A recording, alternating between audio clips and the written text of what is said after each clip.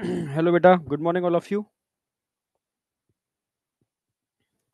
Good morning all of you, good morning.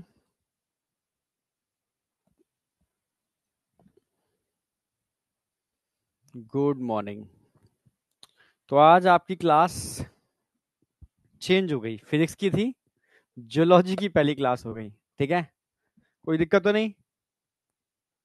हाँ, ACP sir ने change करा दी थी। ओके, तो आज पहली क्लास है, नो डाउट। ओके, खुश रहो बेटा। कर दे स्टार्ट।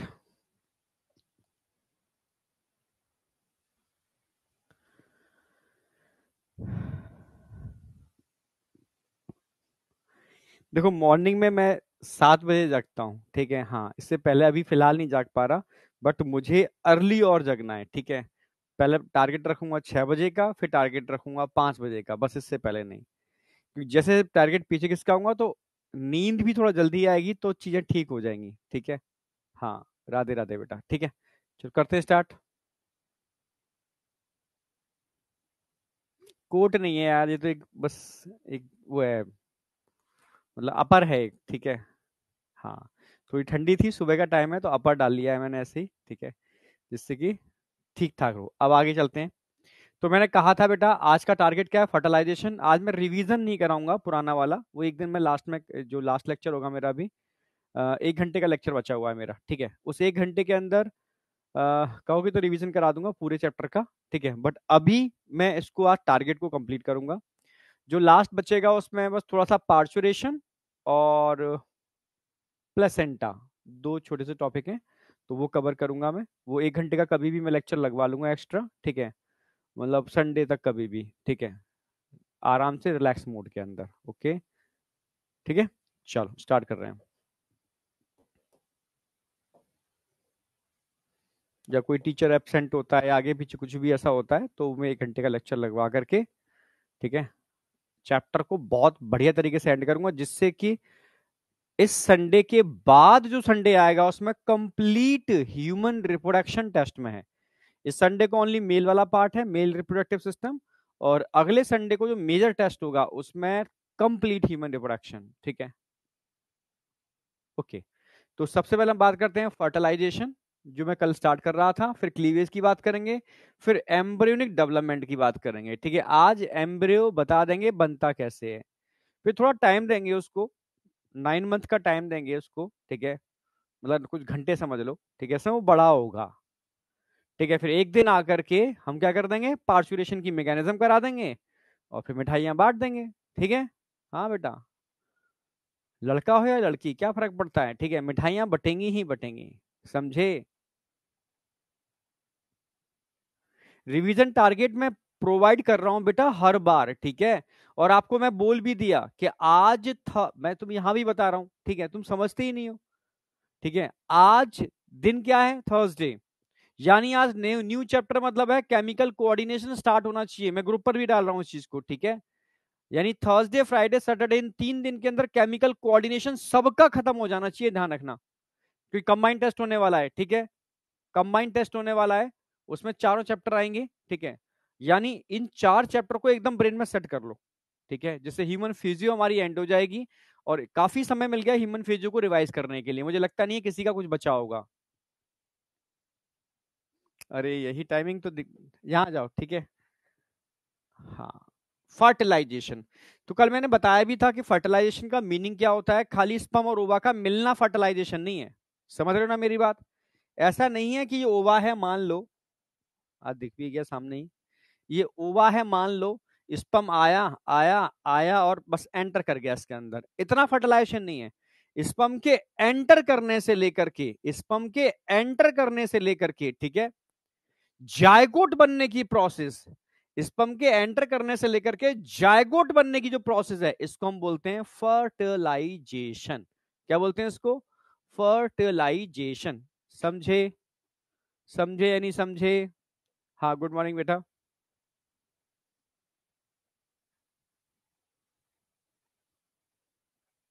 यहां आ जाओ, ठीक है।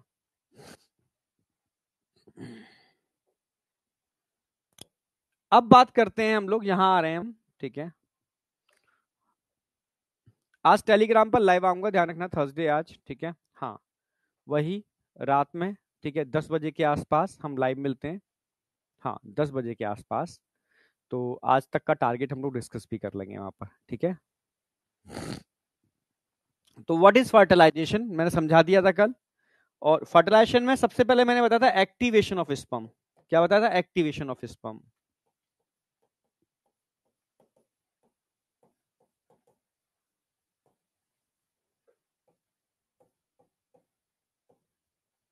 स्पर्म के एक्टिवेशन होने को हम कैपेसिटेशन बोलते हैं। What is capacitation? Activation of sperm, ठीक है। तो एक्टिवेशन ऑफ स्पर्म में 3 स्टेप होते हैं। सबसे पहले मैंने आपको बताया भी था, जगह है। सबसे पहले मैंने आपको बताया था कि ये एक्रोसोम है, नीचे स्पर्म है।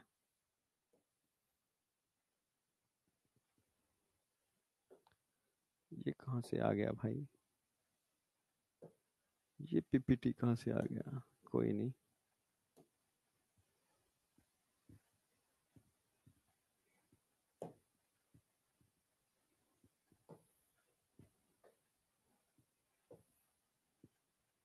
पुराना सेटअप है क्या? अच्छा, जेस्टेशन मैंने आज करा देना है, ठीक है।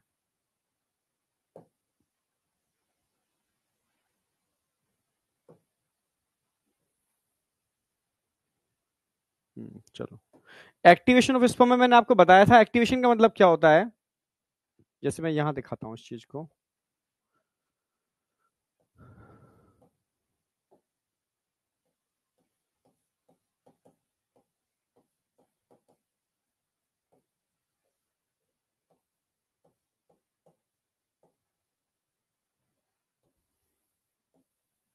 जैसे मान लो एक स्पर्म है,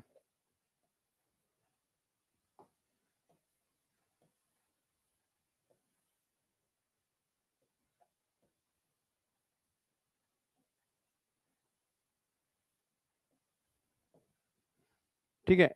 स्पर्म के एक्रोसोम पर कुछ ग्लाइकोप्रोटीन्स होते हैं, कल बताया था मैंने।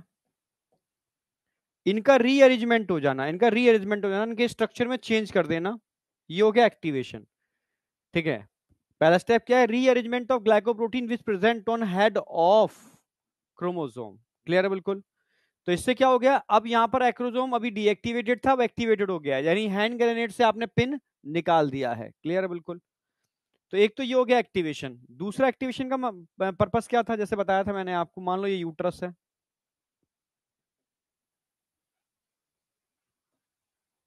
सर्विक्स है,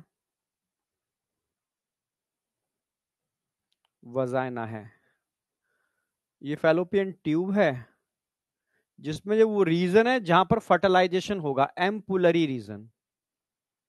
और यहां वेट कर रहा है कौन? ओवा। किसका वेट कर रहा है? स्पर्म्स का, ठीक है। मान लो यहां आप जानते हो 200 से 300 मिलियन स्पर्म का क्या होता है? इजैक्यूलेशन का मतलब बाहर निकलना, और वेजाइनल ट्रैक में एंटर करने को बोलते हैं इंसेमिनेशन। तो ये क्या हो रहा है?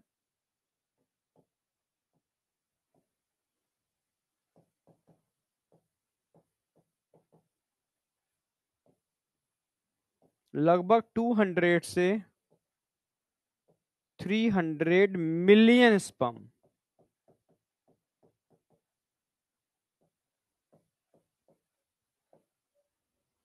वजाइना में एंटर करते हैं, ठीक है। और आप जानते हो उस पूरे रास्ते के अंदर खतरनाक रेड अलर्ट है, क्योंकि सर्विक्स हो या ये, ठीक है, ये पूरा पार्ट हो वजाइना में भी, ठीक है। यहां पर क्या होते हैं? मैक्रोफेज। यहां पर क्या होते हैं बेटा? मैक्रोफेज। और एसिडिक मीडियम होता है। इस पूरे सिस्टम में क्या है? Macrophage and acidic medium.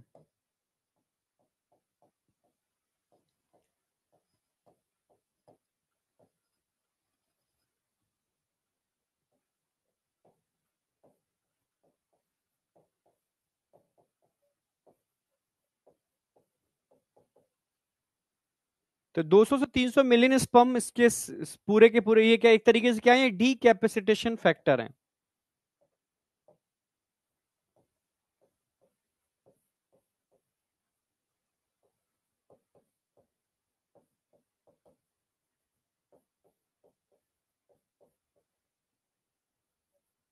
यानी ये एक तरीके से कैपेसिटेशन को रोकते हैं, स्पर्म को पकड़ पकड़ के खा जाएंगे, एसिडिक मीडियम में स्पर्म को मार दिया जाएगा।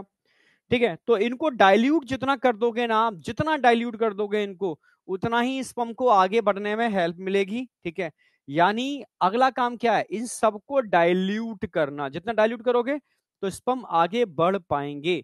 तो यहां तक पहुंचते पहुंचते मिलियन में से ओनली 20,000 के आसपास स्पर्म रह जाते हैं। ठीक है, और यहां तक पहुंचते पहुंचते मात्र 250 के आसपास स्पर्म रह जाते हैं, और इनमें से कोई एक स्पर्म ऐसा होगा जो इस ओवा को फर्टिलाइज करेगा। समझे? मेरी बात समझ पा रहे हो या नहीं? गुड मॉर्निंग बेटा। हाँ, तो यहां तक पहुंचते पहुंचते स्पर्म कम होते जा रहे हैं, कम होते जा रहे हैं, कम होते जा रहे हैं, और यहां अंदर कोई एक ही एंटर कर पाएगा। हाँ, एग के पास तक लगभग 250 स्पर्म पहुंच जाते हैं अप्रोक्सीमेटली। ठीक है, तो इस पूरे ट्रैक को डाइल्यूट करने का मैकेनिज्म भी कैपेसिटेशन का पार्ट है। और तीसरा मैंने बताया था, स्पर्म की स्पीड को बढ़ाने के लिए कैल्शियम की एंट्री, जिसकी वजह से स्पर्म इस एम्पुलरी रीजन में पहुंच पाए और फर्टिलाइजेशन की मैकेनिज्म प्रॉपर तरीके से संपन्न हो। यहां तक कोई डाउट? यहां तक डाउट नहीं है, आगे बढ़ रहे हैं। ये तीनों फैक्टर मैंने बता दिए थे आपको, तीनों हो गए। उसके बाद अब मैंने बताया था, in the reaction number of sperm लगभग 250 attach to surface of egg, इसी को बोलते हैं एग्लूटिनेशन। एग्लूटिनेशन का मतलब समझते हो? मान लो ये ओवा है, एग है, एग की सरफेस से लगभग 250 स्पर्म आकर के क्या हो जाते हैं, अटैच हो जाते हैं।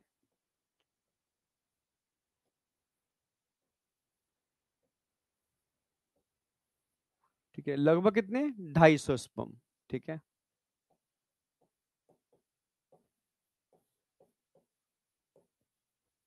यहां के क्या हो रहे हैं, अटैच हो रहे हैं। यानी क्या हो रहा है, अटैचमेंट को हम क्या बोलेंगे, एग्लूटिनेशन।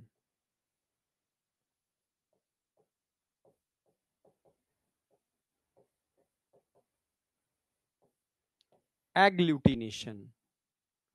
फिर आगे क्या होता है भाई, इनका अटैच होना बहुत जरूरी है। अगर इतने स्पर्म अटैच नहीं होंगे तो ये मेम्ब्रेन कमजोर नहीं होगी। कमजोर करने के लिए कम से कम 250 स्पर्म चाहिए जो यहां तक पहुंचे हैं और इसकी मेम्ब्रेन को थोड़ा कमजोर करें। ठीक है, क्योंकि एग्लूटिनेशन के बाद क्या होता है, एक्रोसोम स्टार्ट रिलीजिंग ऑफ, यानी क्या रिस्टार्ट करेंगे, हाइड्रोलाइजिंग एंजाइम, जिनको हम क्या बोलते हैं, स्पर्म लाइसिन। यानी अब इस एक्रोसोमल रिएक्शन के अंदर, इस एक्रोसोमल रिएक्शन के अंदर ये अपने एंजाइम रिलीज करेंगे जो एग की एक एक लेयर को स्टेप बाय स्टेप डाइजेस्ट करेंगे, तब स्पर्म एंटर कर पाएगा अंदर। इस पूरी मैकेनिज्म को बोलते हैं एक्रोसोमल रिएक्शन। अब बताओ आई या नहीं आई?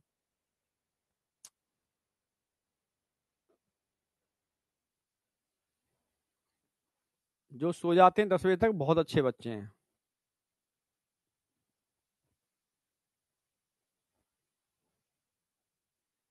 मोहम्मद इमरान बेटा, तू सो रहा था कल, क्या बोला था मैंने, यहां से मैं कहां से कराऊंगा, फर्टिलाइजेशन से। कल मेमोरी ग्लैंड का तो मैंने रिवीजन भी कराया था, मेमोरी ग्लैंड परसों कराए थे, कल उसका रिव्यू परसों बहुत अच्छे से कराया कई बार, कल रिवीजन भी कराया। ठीक है, फिर आज फर्टिलाइजेशन से स्टार्ट किया। तू सोच, अगर क्लास में आएगा ही नहीं तो तू सेलेक्ट कैसे होगा?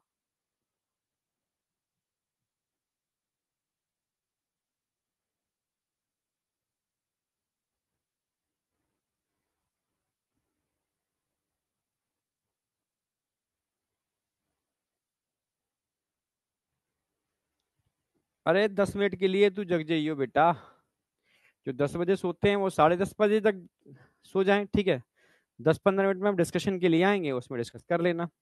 ठीक है, चलो।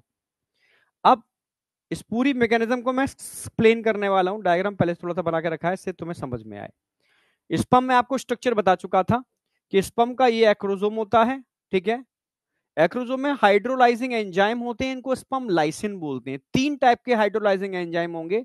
ठीक है, hyaluronic acid, sorry hyaluronic acid को ब्रेक करने वाला हाइल्यूरोनिडेज, कोरोना पेनिट्रेटिंग एंजाइम, और जोना लाइसिन जिसको एक्रोसिन बोलते हैं। ये 3 एंजाइम कहां पर होते हैं, इनको क्या बोलते हैं, स्पर्म लाइसिन। कहां पर होते हैं, एक्रोसोम के अंदर होते हैं, उस हैंड ग्रेनेड के अंदर होते हैं। ठीक है, अब ओवा के स्ट्रक्चर की बात कर लूं तो ओवा का स्ट्रक्चर देखोगे तो 3 लेयर बताए थे मैंने, 2 लेयर बताए थे मैंने। ठीक है, एक तो ये ओवा है, इसकी प्लाज्मा मेम्ब्रेन है व्हाइट कलर की, जो व्हाइट कलर की लेयर दिख रही है ना, ये प्लाज्मा मेम्ब्रेन। और जो पहली लेयर बनती है इसको बोलते हैं जोना पेल्यूसिडा। जो पहली ग्रीन कलर की लेयर दिख रही है, क्या बोलेंगे इसको? Zona pellucida. It is a primary egg membrane. Primary egg membrane जिसको खुद एग रिलीज करता है। ये नॉन सेलुलर होती है। कैसी होती है? Non cellular.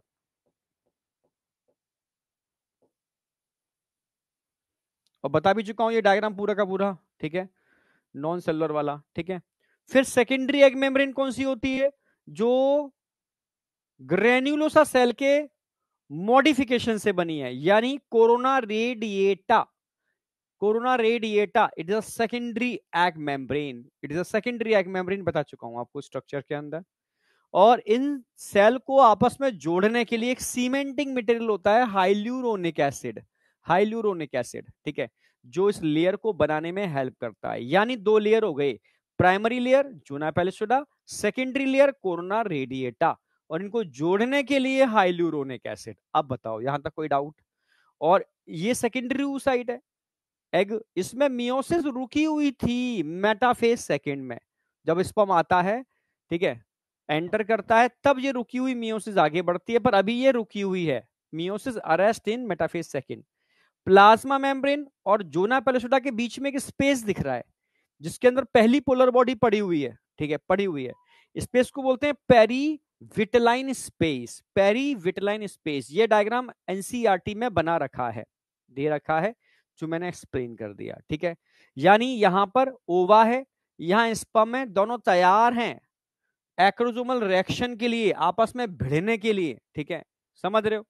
जैसे हर ताले की एक खास चाबी होती है, ऐसे ही, ठीक है, जैसे कुत्ते का ओवा, गधे का स्पर्म आपस में फ्यूज नहीं कर सकते। समझ में आया? हाँ, दो अलग अलग स्पीसीज के गैमीट आपस में फ्यूज नहीं कर सकते। जैसे हर ताले की खास चाबी होती है, ऐसे ही गैमीट का फ्यूजन भी स्पीसीज स्पेसिफिक होता है। सर कैसे? ऐसे, जैसे मान लो ये स्पर्म है, स्पर्म के ऊपर चाबियां लगी हुई हैं, स्पर्म के ऊपर चाबियां लगी हुई हैं। ये ताला है, यानी जोना पेलिसोडा के ऊपर कुछ रिसेप्टर होते हैं, रिसेप्टर्स होते हैं, जहां ये चाबियां फिट होनी चाहिए। समझे? जहां पर ये चाबियां फिट होनी चाहिए, हाँ बेटा, तो इनको बोलते हैं फर्टिलाइजिन। इनको हम बोलेंगे, कलर जी लेता हूं, ये दिख रहा है ना, ये है फर्टिलाइजिन।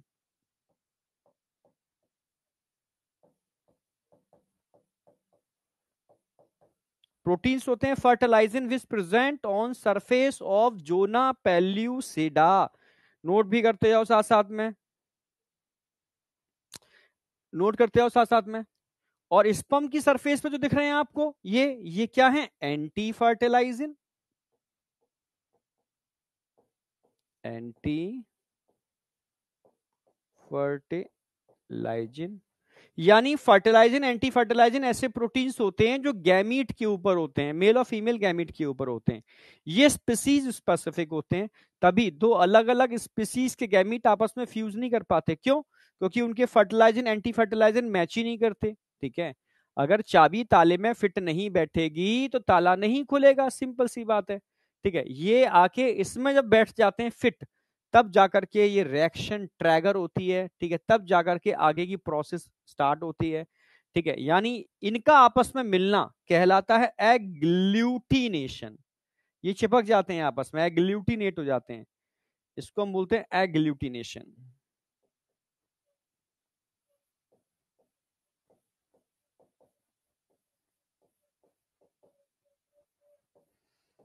जब एग्लूटिनेशन की मैकेनिज्म होगी, ठीक है, समझना मेरी बात, अब एक स्टेप बाय स्टेप एक एक चीज तोड़ी जाएगी। जैसे हाइलुरोनिडेज, ये एंजाइम हाइलुरोनिक एसिड को तोड़ेगा, जिससे कि सारी की सारी ईंटें कमजोर हो जाएं। Corona penetrating enzyme corona radiata को तोड़ेगा, जिससे स्पर्म को आगे बढ़ने का मौका मिले। और जोना लाइसिन जोना पेलिसुडा के अंदर होल करेगा, जिससे स्पर्म अंदर एंटर कर पाए, ठीक है। तो सबसे पहला स्टेप क्या होगा? ये एंटी फर्टिलाइजिन ओवा के फर्टिलाइजिन जो जोना पेलिसोडा के ऊपर लगे हुए थे, ठीक है, उनसे बाइंड करेंगे, एग्लूटिनेशन होगा, एक्रोसोमल रिएक्शन ट्रैगर होगी। उसके बाद स्टेप बाय स्टेप, मतलब साथ ही बात गया, साथ ही ये प्रोसेस चल रही है। हाइलुरोनिडेज हाइलुरोनिक एसिड को तोड़ेगा, corona penetrating enzyme corona radiata को तोड़ेगा, जोना लाइसिन जोना पेलिसोडा को तोड़ेगा, तब जाके स्पर्म का न्यूक्लियस ओवा के अंदर एंटर कर पाएगा। समझे? एक्सेप्शन नहीं है बेटा, ठीक है। हाँ, क्योंकि ह्यूमन मेड है, हम अपनी इच्छा के अनुसार दो अलग अलग स्पीसीज के गैमीट को फ्यूज करा सकते हैं, वो हम पे डिपेंड करता है। नेचुरली नेचुरली इनका फ्यूजन नहीं होता। जितने भी हमने हाइब्रिड बनाए हैं, ठीक है, चाहे वो खच्चर ही क्यों ना हो, ठीक है, म्यूल जिसको हम बोलते हैं, वो हमने बनाया है, ह्यूमन मेड है, क्योंकि पहाड़ों पर चीजें आसानी से ले जा पाए, ठीक है। जैसे ऑक्स को हमने बनाया था, ठीक है, अपनी इच्छा के अनुसार उसकी टेस्टिस को क्रशिंग करके, तो ये ह्यूमन मेड है सारे के सारे, ठीक है। नेचुरली दो अलग अलग स्पीसीज के गैमीट फ्यूज नहीं करते नेचुरली। इसको ड्रॉ करो फटाफट तेजी से। जोना लाइसिन को एक्रोसिन बोलते हैं, ये पूछा गया है। और हाइड्रोलाइजिंग एंजाइम जो एक्रोसोम में होते हैं उनको स्पर्म लाइसिन बोलते हैं, ये भी पूछा गया है। अब बताओ, एक्रोसोमल रिएक्शन तक कोई डाउट? एक्रोसोमल रिएक्शन का एक ही पर्पस है, ट्रैगर करता है एग्लूटिनेशन मैकेनिज्म, और पर्पस है कि ओवा की सारी लेयर को तोड़ करके स्पर्म की एंट्री के लिए रास्ता साफ करना। स्पर्म की ओवा में एंट्री के लिए रास्ता साफ करना, ठीक है। अब एक ही स्पर्म एंटर करे, ये सुनिश्चित भी करना है, एक से ज्यादा स्पर्म एंटर करके तो पॉली एम्ब्रियोनी हो जाएगी। तो उसके लिए आगे अगली रिएक्शन है, वो मैं समझाता हूं, पहले यहां तक कोई डाउट है तो मुझे बताओ।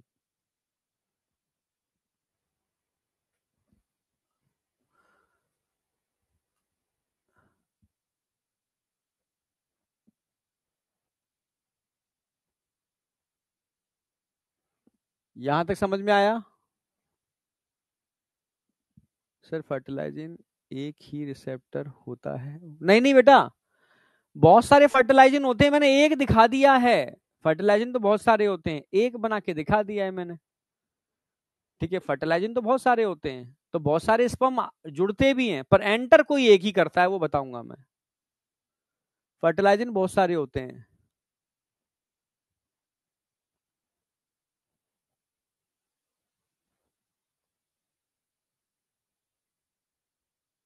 यहां तक कोई doubt?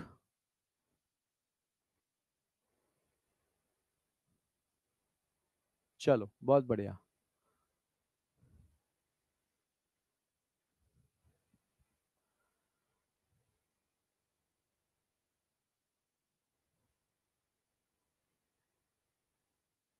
Sir ji please, each testicular lobules contain multiple coiled seminiferous tubules. Multiple तो होते ही है ना, एक भी हो सकता है, दो भी हो सकते हैं, तीन भी हो सकते हैं, इसको आप मल्टीपल बोल सकते हो, ठीक है। कोई फिक्स नहीं है ना, एक दो या तीन, इसके लिए टर्म यूज कर सकते हो मल्टीपल, पर तीन से ज्यादा नहीं होते, एक से तीन होते हैं अकॉर्डिंग टू एनसीईआरटी, बिल्कुल एनसीईआरटी की लाइनें यूज कर रहा हूं मैं, ठीक है।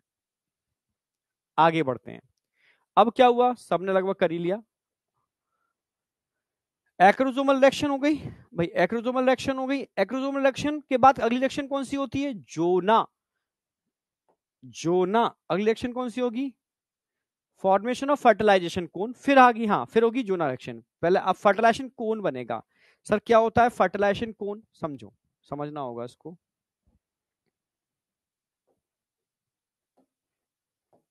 मान लो तुम्हारी ये कार है, कार बस, कुछ भी बोल सकते हो।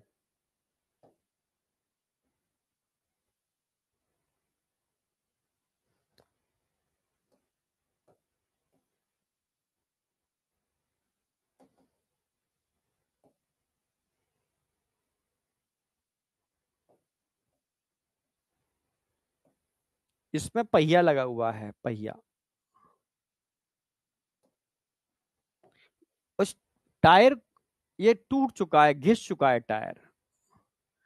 टायर के घिस जाने की वजह से जो अंदर ट्यूब था,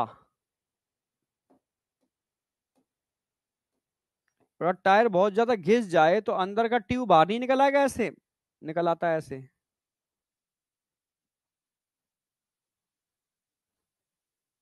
प्रेशर की वजह से ट्यूब बाहर निकल आता है अगर टायर घिस जाए तो। साइकिल में, कार में देखा होगा ना आपने। हाँ, प्रेशर अंदर ज्यादा होता है और प्रेशर की वजह से ये प्लाज्मा मेम्ब्रेन बाहर की तरफ निकल आती है। ठीक है, ये कंसेप्ट समझते हो नहीं समझते हो? अगर टायर में हवा बहुत ज्यादा है और टायर घिसा हुआ है, कहीं से होल हो रखा है, तो ट्यूब तेजी से बाहर निकल आता है उसमें से। हाँ, एक्सीडेंट हो जाएगा, तभी तो बता रहा हूँ। ठीक है, कोरोना रेडिएटा बेटा ग्रेन्युलोसा सेल का रूपांतरण है, कल बताया था मैंने। कोरोना रेडिएटा ग्रेन्युलोसा सेल से बनती है। ठीक है,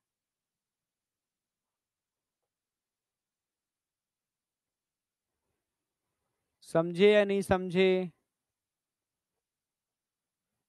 चलो समझ गए ये वाली बात। अब मैं टायर को हटाता हूं, बस को भी हटाता हूं। अब समझना,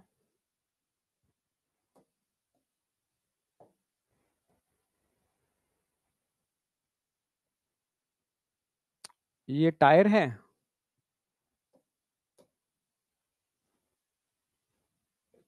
एक काम करूं, इस टायर को थोड़ा सा मैं थिक और कर दूं।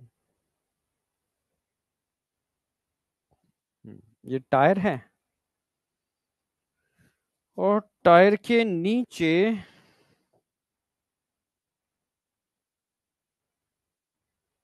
ये ट्यूब है।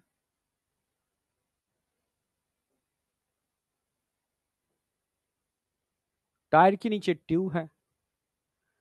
जब स्पम के सारे एंजाइम, स्पेशली जोना पेलिसुडा वाले एंजाइम, इस जोना पेलिसुडा को डाइजेस्ट करेंगे, डाइजेस्ट करना चालू कर दिया उन्होंने, तो ऐसे होल नहीं बन जाएगा अंदर।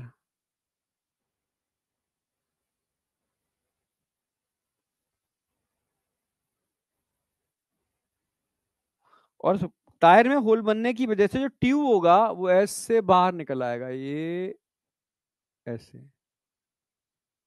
ऐसे, ऐसे। समझ रहे हो ना? हाँ, ऐसे बाहर निकल आएगा। और जब ट्यूब बाहर निकलेगा ऐसे, तो ऊपर कौन लगा हुआ है? स्पम।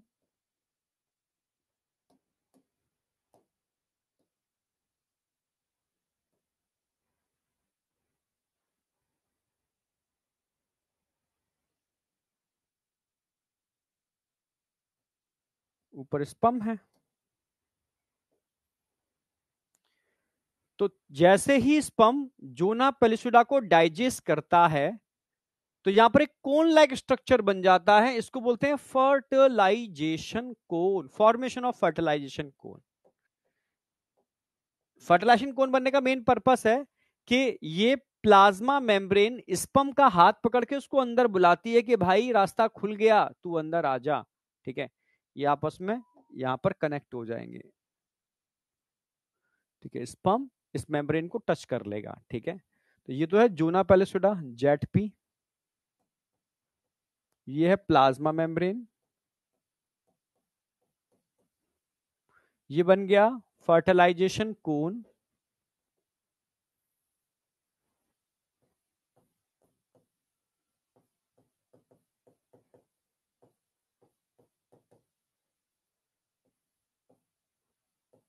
पर जैसे ही फर्टिलाइजेशन कोन बनेगा, मैं थोड़ा सा इसमें हटा रहा हूं जगह, अंदर की मैकेनिज्म दिखानी है। अंदर होगा क्या, अंदर का स्टेप दिखाने चाह रहा हूं मैं थोड़ा सा। जैसे ही फर्टिलाइजेशन कोन बनेगा, समझना, जैसे ही मेम्ब्रेन इसको टच करेगी, मेम्ब्रेन की सरफेस पर लगे हुए कुछ रिसेप्टर्स होते हैं, वो खुल जाएंगे। ये सोडियम चैनल्स होते हैं, सोडियम चैनल्स होते हैं, ये खुल जाएंगे। सोडियम चैनल्स खुल जाएंगे। ठीक है, जैसे ही मेम्ब्रेन टच करेगी, contact of acrosome stimulate development of out growth of plasma membrane of oocyte, हो गया आउट ग्रोथ। ठीक है, इसी को बोलते हैं फर्टिलाइजेशन कोन या cone of reception to receive the incoming sperm. उसको रिसीव कर रहा है कि भाई तू अब यहां से अंदर आ जा। यहां तक समझ में आई या नहीं आई? उसको रिसीव कर रहा है कि भाई तू अब यहां से अंदर आएगा, तेरा रास्ता साफ है। इसको बोलते हैं फर्टिलाइजेशन कोन। अब बताओ, यहां तक समझ में आया? यहां तक समझ में आया? अब इसकी वजह से क्या होगा? अब यहां से, ये तो नॉन सेलुलर है, अब यहां से सोडियम आयन की एंट्री हो जाएगी, क्योंकि सोडियम चैनल्स जैसे ही मेम्ब्रेन डीपोलराइज होगी, दोनों आपस में टच करेंगे। जैसे मैंने टच किया, यहां पर टच करते ही मेरी स्किन की मेम्ब्रेन क्या हो गई? डीपोलराइज। क्यों हो गई? क्योंकि सोडियम चैनल्स खुल गए। ठीक है, समझ रहे हो? यहां पर क्या होगा? Opening of sodium channels, sodium की एंट्री हो जाएगी, सोडियम आयन की एंट्री हो जाएगी। सोडियम आयन की एंट्री होते ही क्या होगा बताओ जरा? सोडियम आयन की एंट्री होते ही, ठीक है, ओपनिंग ऑफ सोडियम चैनल होगा, सोडियम आयन की एंट्री होगी, और membrane become depolarise.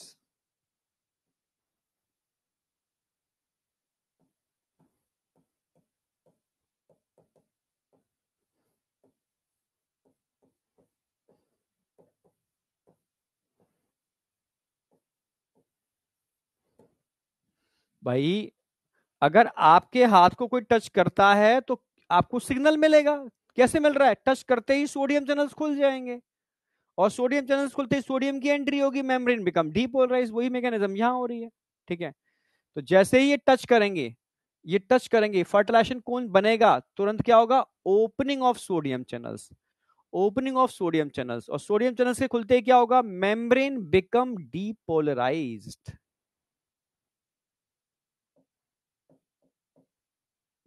Plasma membrane become depolarized,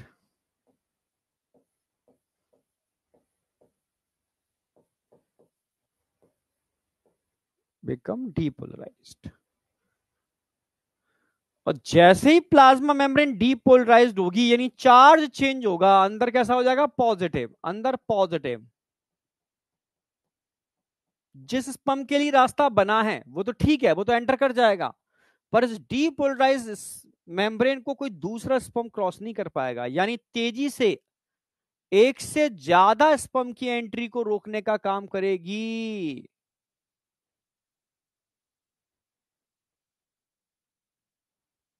समझे? जैसे ही ये आपस में हाथ टच किए, सोडियम चैनल्स खुले, खुलते ही प्लाज्मा मेम्ब्रेन डीपोलराइज हुई, अंदर का चार्ज चेंज हुआ। अब ये क्या करेगी? प्रिवेंट करेगी एक से ज्यादा स्पर्म की एंट्री को, यानी एक ही स्पर्म एंटर करे, एक से ज्यादा स्पर्म की एंट्री ना हो। ठीक है, उसको मेंटेन करने का काम है इसका। ठीक है, इससे क्या होगा? Plasma membrane become depolarised.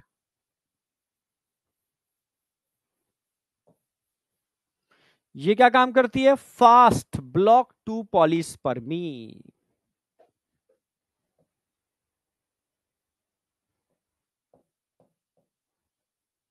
Fast block to polyspermy.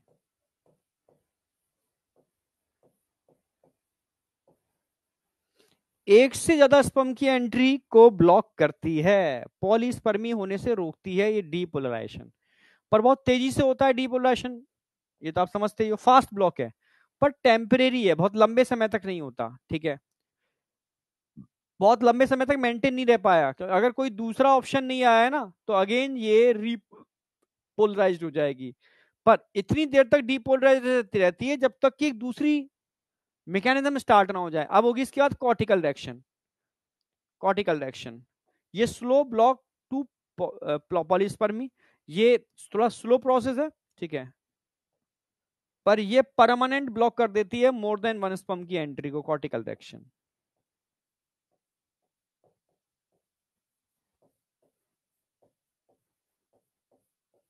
यानी स्टेप बाय स्टेप समझ में आ रहा होगा। सबसे पहला क्या हुआ? एक्रोसोमल रिएक्शन हुई, भाई एग्लूटिनेशन हुआ। एक्रोसोमल रिएक्शन हुई, एक्रोसोमल रिएक्शन से हमें क्या मिल गया, fertilisation cone, cone of reception. इससे क्या हुआ, मेम्ब्रेन बिकम डीपोलराइज। जो स्पर्म एंटर, जिसके लिए फर्टिलाइजेशन कोन बना है वो तो एंटर कर जाएगा, उसके अलावा कोई स्पर्म एंटर नहीं कर पाएगा क्योंकि मेम्ब्रेन अब क्या हो चुकी है, डीपोलराइज। इससे क्या होगा, फास्ट ब्लॉक होगी पॉलीस्पर्मी, पर टेम्परेरी होती है। अब स्लो ब्लॉक, इसके बाद क्या होगी, स्लो ब्लॉक। स्लो ब्लॉक के लिए क्या करना होगा, कॉर्टिकल रिएक्शन। कोई कॉर्टिकल रिएक्शन क्या काम कराती है, स्लो ब्लॉक टू पॉलीस्पर्मी। ठीक है, अब कॉर्टिकल रिएक्शन में एक परमानेंट लेयर बन जाती है, जो जो स्पर्म टच कर गया ये तो एंटर कर जाएगा, इसके अलावा किसी और स्पर्म को एंटर नहीं करने देगी।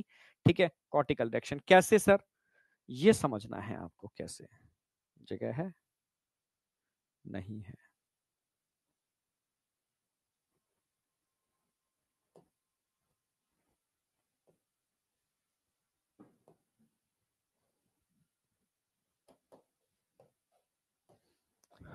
एम्फीमिक्सिस अभी नहीं कराना मुझे, हमें कराना है कॉर्टिकल रिएक्शन।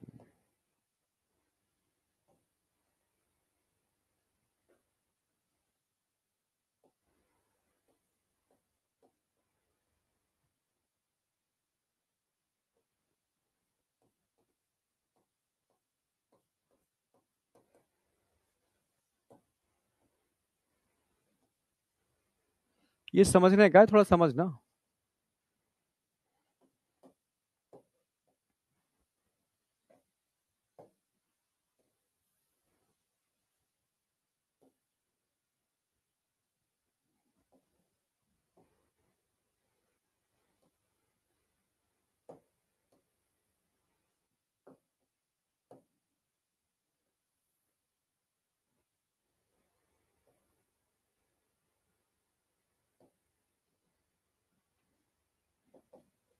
यहां होते हैं कॉर्टिकल ग्रेन्यूल्स,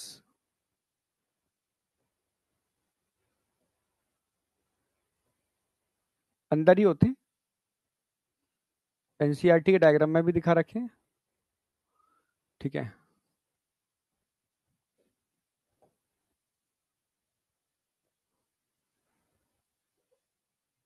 अंदर क्या हो चुका है, डीपोलराइजेशन।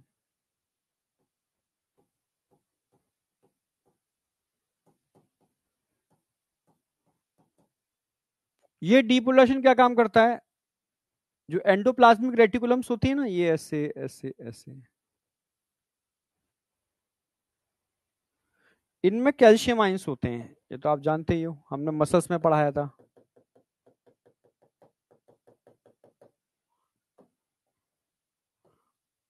यहां पर गेट खोल देती है, कैल्शियम चैनल्स को खोल देती है, जैसे कैल्शियम आयन बाहर आने चालू हो जाते हैं।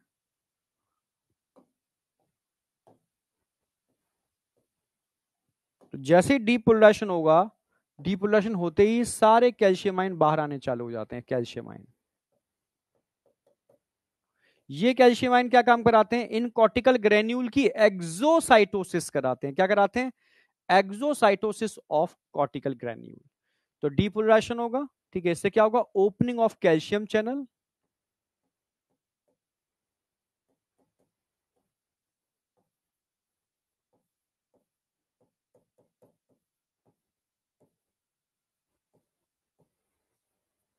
कैल्शियम चैनल से आयंस हटा देता हूं, इनकी ओपन होते क्या होगा, कैल्शियम आयन जो होते हैं ये क्या कराएंगे, exocytosis, exocytosis of cortical granules.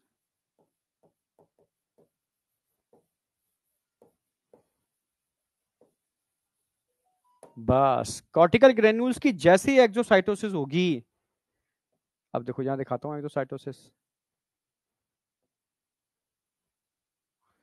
Cortical granules की जैसे ही एक्सोसाइटोसिस होगी, समझना,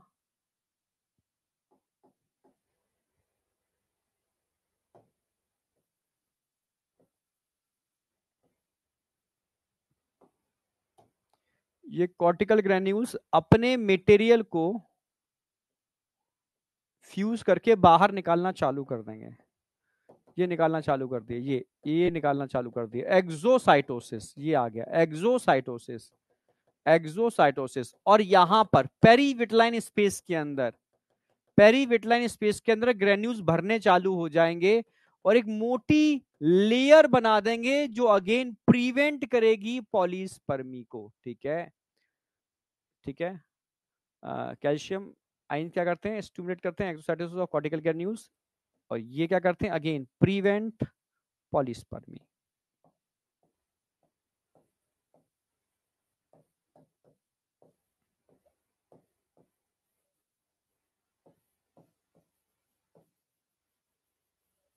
ये भी पॉलीस्पर्मी को प्रिवेंट करती है। स्लो प्रोसेस है, टाइम कंज्यूमिंग है, पर परमानेंट काम करती है।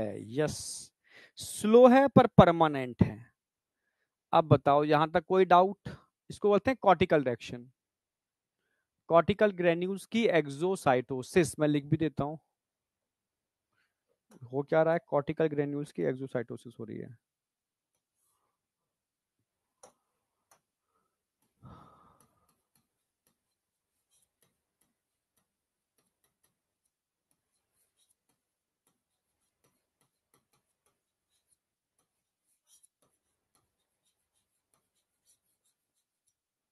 एक्सोसाइटोसिस ऑफ कॉर्टिकल ग्रेन्यूल्स, ठीक है, जो अगेन किसके लिए जरूरी है, प्रिवेंट पॉलीस्पर्मी, एक से ज्यादा स्पर्म एंटर ना कर जाएं, ओनली सिंगल स्पर्म की एंट्री को ही सुनिश्चित करना है। ह्यूमन में दोनों होता है बेटा, पहले फास्ट ब्लॉक होगा फिर स्लो ब्लॉक होगा। स्लो ब्लॉक होने के लिए तो टाइम चाहिए ना। अगर सोचो स्लो ब्लॉक नहीं होता तो एक से ज्यादा स्पर्म एंटर कर जाते ना।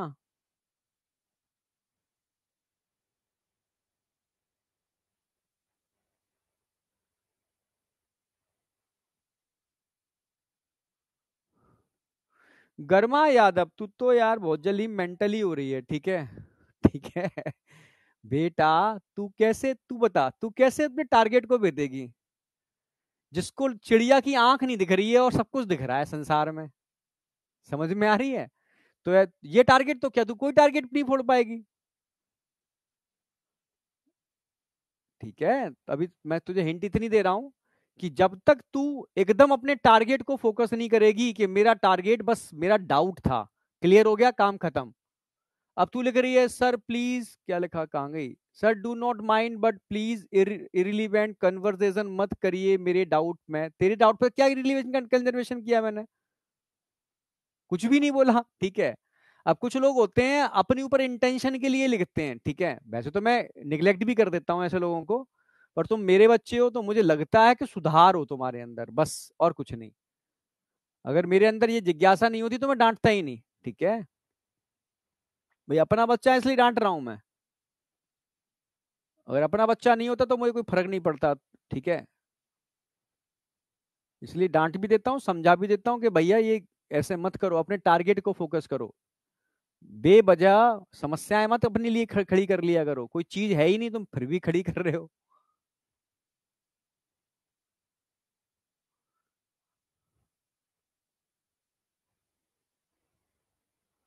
ठीक है, तो बस मैं कह रहा हूँ थोड़ा सा, मैं जिसने भी लिखा है नहीं लिखा मुझे कोई फर्क नहीं पड़ता, बस ये है कि तुम अगर वास्तव में अपने टारगेट गोल पर फोकस करोगे तो तुम सेलेक्ट हो जाओगे। तो ये ऑनलाइन प्लेटफॉर्म, मैं एक जनरली बता रहा हूँ, गर्मा के लिए नहीं बोल रहा ये वाली बात, हर बच्चे के लिए है। जिस बच्चे को ये पता है कि मैं ऑनलाइन पढ़ रहा हूँ और ऑनलाइन से मुझे क्या लेना है बस, और मुझे कोई मतलब नहीं दुनिया में क्या चल रहा है, कोई मतलब नहीं कि, समझ रहे हो, टीचर नाच रहा है, टीचर गा रहा है, टीचर रो रहा है, टीचर हंस रहा है, टीचर कव्वाली कर रहा है, मुझे मतलब ही नहीं है। मुझे मतलब सिर्फ इतना है कि मुझे मेरा कंटेंट मिल जाए, मेरे क्वेश्चन सॉल्व हो जाए, मेरा नीट क्रैक हो जाए, उसके लिए ऑनलाइन बेस्ट है। बाद बाकी के लोगों के लिए तो फिर ऑफलाइन ठीक है बेटा, ऑफलाइन आओ।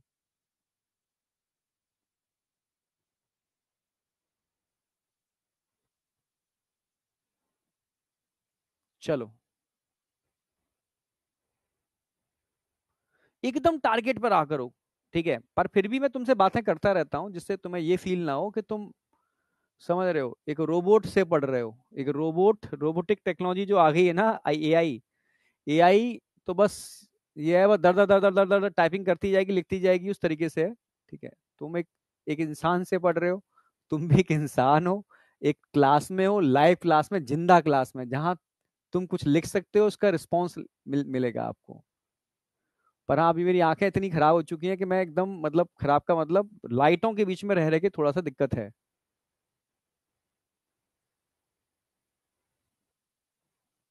रिवीजन के लिए तो मैं रिवीजन स्ट्रेटजी लेके चल ही रहा हूँ यार पैरेलल। अब क्या करूँ, कैसे करूँ, उससे थोड़ा काम चलेगा। बेटा, पेरी बिटलाइन स्पेस बताया था मैंने, पेरी बिटलाइन स्पेस है ये।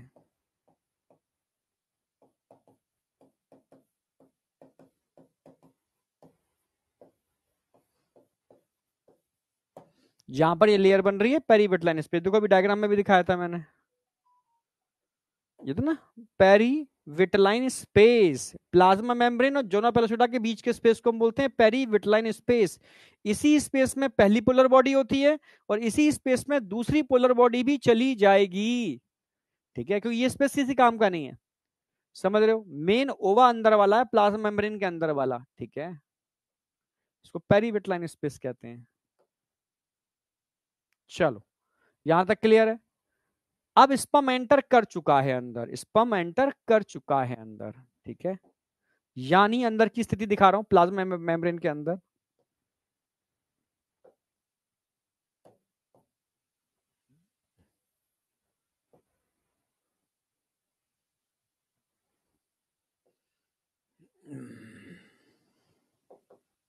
एक पोलर बॉडी तो पहले से थी अंदर। ठीक है, स्पर्म की एंट्री हो चुकी है।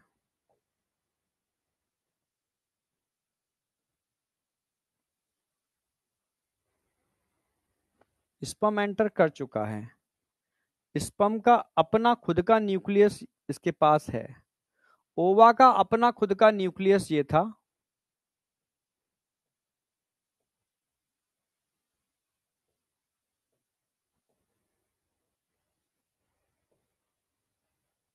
मेटाफेज से एनाफेज में एंटर कर चुकी है, एनाफेज। ठीक है, मेटाफेज से एनाफेज एंटर कर चुकी है, स्पर्म एंटर कर चुका है।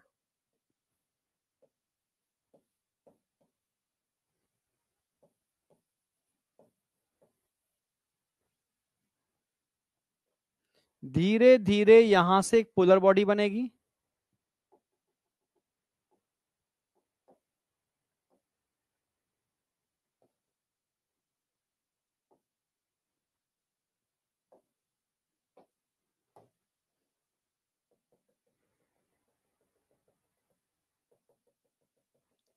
और एक यहां स्ट्रक्चर बनेगा।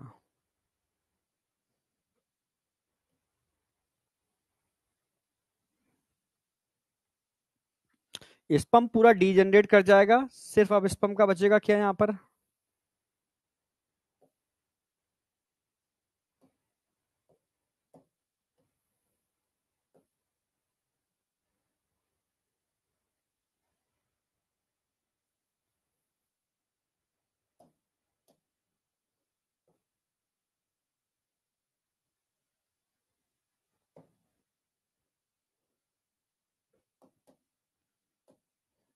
एक पोलर बॉडी पहले से थी,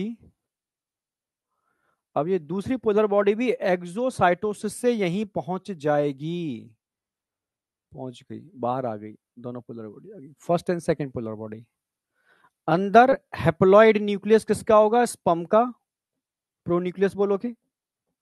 हैप्लॉइड न्यूक्लियस किसका बच्चा, ओवा का। प्रोन्यूक्लियस है, ये होगी first and second, first and second polar body.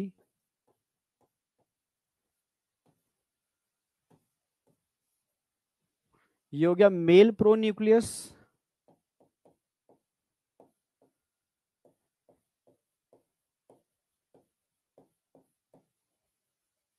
ये हो गया फीमेल प्रोन्यूक्लियस।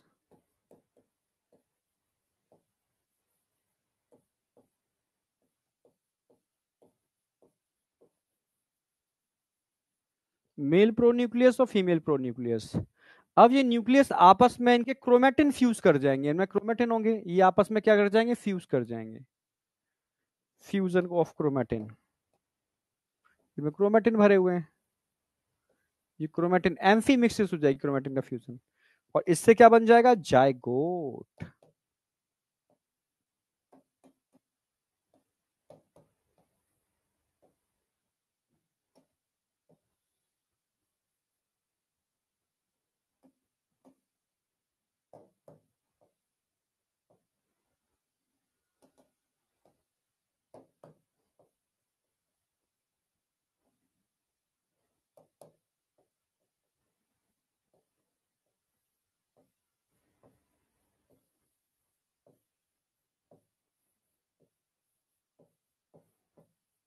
ये कंप्लीट हो गया जायगोट का फॉर्मेशन, डिप्लॉयड जायगोट। अब बताओ समझ में आया नहीं आया?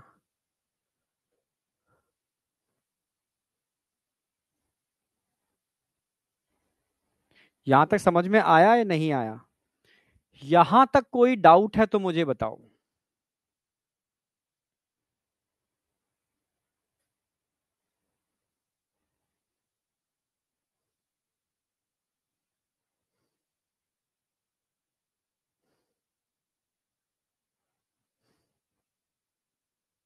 यहां तक कोई भी डाउट हो तो मुझे बताओ।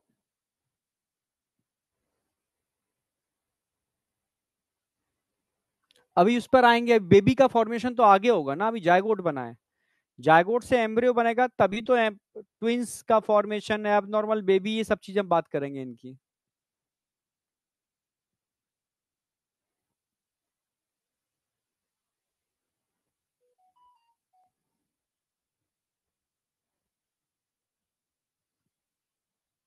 एबनॉर्मल नहीं, ट्विंस की बात करेंगे। एबनॉर्मल बेबी के तो बहुत सारे कारण हैं, ठीक है। डिसजंक्शन के टाइम पर अगर क्रोमोसोम नंबर गड़बड़ हो गया तो एबनॉर्मल बेबी हो सकता है, वो तो एक अलग चीज है। यस, मतलब अब बताओ भाई, साइटोप्लाज्म किसका है, मैटरनल है फीटल है? भाई यहाँ तो स्पर्म का सिर्फ न्यूक्लियस गया है, साइटोप्लाज्म किसका है?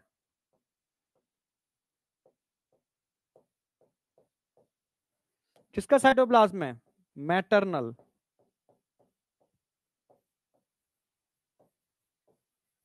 मैटरनल साइटोप्लाज्म है, ठीक है। माइटोकॉन्ड्रियस के अंदर किसके हैं भाई? साइटोप्लाज्म मैटरनल है तो माइटोकॉन्ड्रिया भी मदर की ही तो होंगे। माइटोकॉन्ड्रिया मदर के होंगे, फादर के नहीं होंगे। माइटोकॉन्ड्रिया भी मैटरनल ही होंगे। साइटोप्लाज्म मैटरनल है तो माइटोकॉन्ड्रिया मैटरनल होंगे, यानी आपकी बॉडी का साइटोप्लाज्म, आपकी बॉडी के माइटोकॉन्ड्रिया जो आपके साइटोप्लाज्म में आपकी मदर का 100% है। फादर से सिर्फ हैप्लॉइड क्रोमेटिन मिले हैं आपको, जो हैप्लॉइड क्रोमेटिन आपको मदर से भी मिले हैं। पर आपकी बॉडी का साइटोप्लाज्म, आपकी बॉडी के माइटोकॉन्ड्रिया टोटली मैटरनल है, 100%। 100%। तो मदर का पता करना हो तो हम क्रोमोसोम नहीं देखते, हम मैटरनल डीएनए, साइटोप्लाज्मिक डीएनए से मैच करते हैं, ठीक है। हाँ, जैसे कई लेडीज हैं बच्चे का क्लेम कर रही हैं, ये बच्चा मेरा है, ये बच्चा मेरा है, ये बच्चा मेरा है। तो छोटा सा बच्चा है, वो कैसे बता पाएगा किसका बच्चा है? तो उसके माइटोकॉन्ड्रियल डीएनए से आप स्टडी कर लो, मदर का माइटोकॉन्ड्रियल डीएनए निकालो, ठीक है। बच्चे का माइटोकॉन्ड्रियल डीएनए निकालो, जिसका 100% मैच कर जाए वो है माँ उसकी, सिंपल। पोलर बॉडी दो ही बनती है बेटा ह्यूमन के अंदर।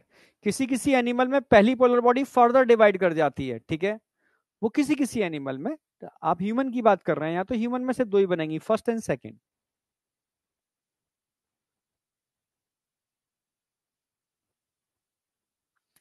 हाँ, जोना पेलोसिडा तो होगा बेटा जायगोट के अंदर। अब आगे बता रहा हूँ, क्लीवेज के अंदर जोना पेलोसिडा कब टूटता है, कब गायब होता है, क्यों होता है जोना पेलोसिडा, सारी बात करेंगे।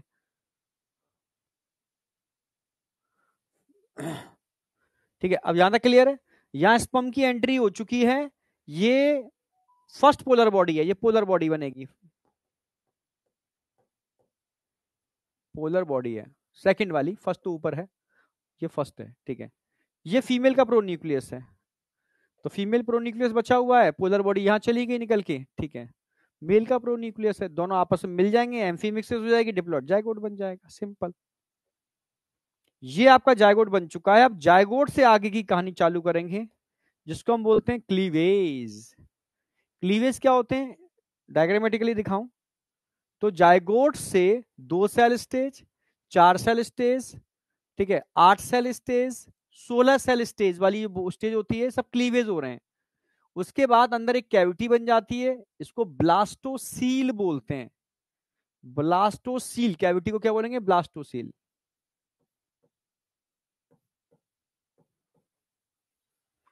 और स्टेज को हम क्या बोलेंगे, ब्लास्टुला। स्टेज को क्या बोलेंगे, ब्लास्टुला।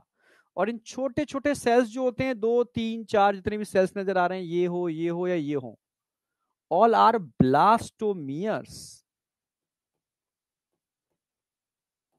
ब्लास्टोमियर्स, ये सेल्स ब्लास्टोमियर्स हैं। जायगोट से 1 से 2, 2 से 4, 4 से 8, 16, और लास्ट में कैविटी बन जाती है ब्लास्टोसील। इस स्टेज को हम ब्लास्टुला बोलते हैं। सारी सेल एक जगह इकट्ठी हो जाती हैं, इसको इनर सेल मास बोलते हैं, जो एम्ब्रियो बनाएगा आगे जाकर के। ठीक है, तो यही सारी स्टेज पढ़नी है हमें। इसको हम बोलते हैं cleavage. It is a rapid mitotic division. ये क्या हो रहा है? रैपिड माइटोटिक डिवीजन हो रहा है।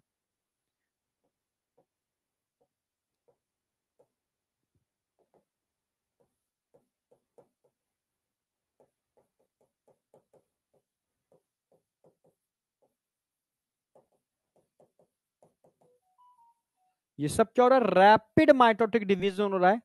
रैपिड माइटोटिक डिवीजन को हम क्या बोलते हैं? रैपिड माइटोटिक डिवीजन को हम क्या बोलते हैं? क्लीवेज।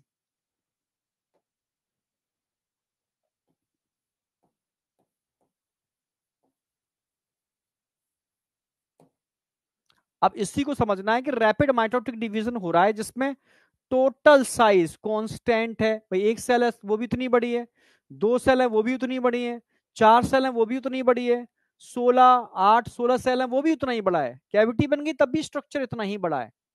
ये कैसे पॉसिबल है? इसी को समझना है। इसी को क्लीवेज बोलते हैं।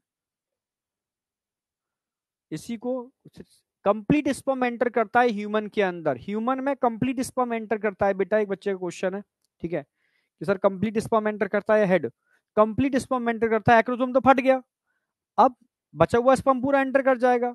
जब एंटर करता है तो उसका न्यूक्लियस बचता है, बाद बाकी के सारे पार्ट डीजनरेट कर जाते हैं। Yes, degeneration of all sperm except nucleus, बचता न्यूक्लियस है। समझे?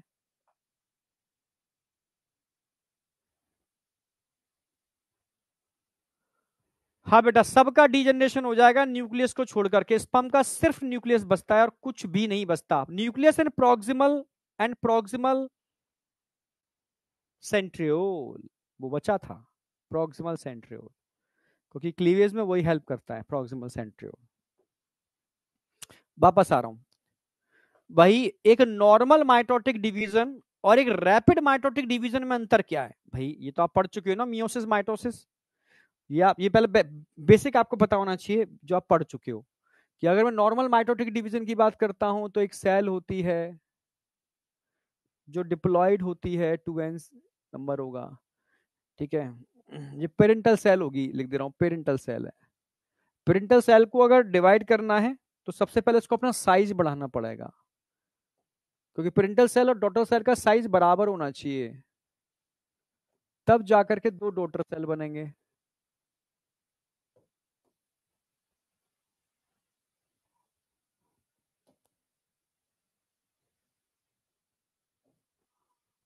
डॉटर सेल बनेंगे। तो सबसे पहले क्या करना होगा? पेरेंटल सेल को अपना साइज बढ़ाना होगा, तब जाकर के सेल डिवाइड करके एक से दो सेल बनेंगे जिनका साइज पेरेंटल सेल्स के साइज के बराबर होगा। ये नॉर्मल मैकेनिज्म है, साइज इंक्रीज होगा इसमें।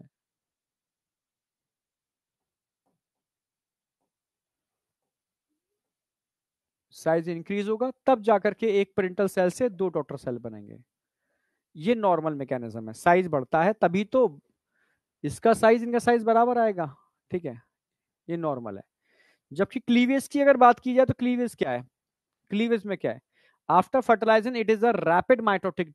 अच्छा एक चीज और बता दूं, साइज जब बढ़ता है ना, इसमें क्या स्टेज आती है आप ये तो जानते हो ना। सेल के अंदर पहले स्टेज होती है G1, फिर होती है एस फेज, फिर होती है G2,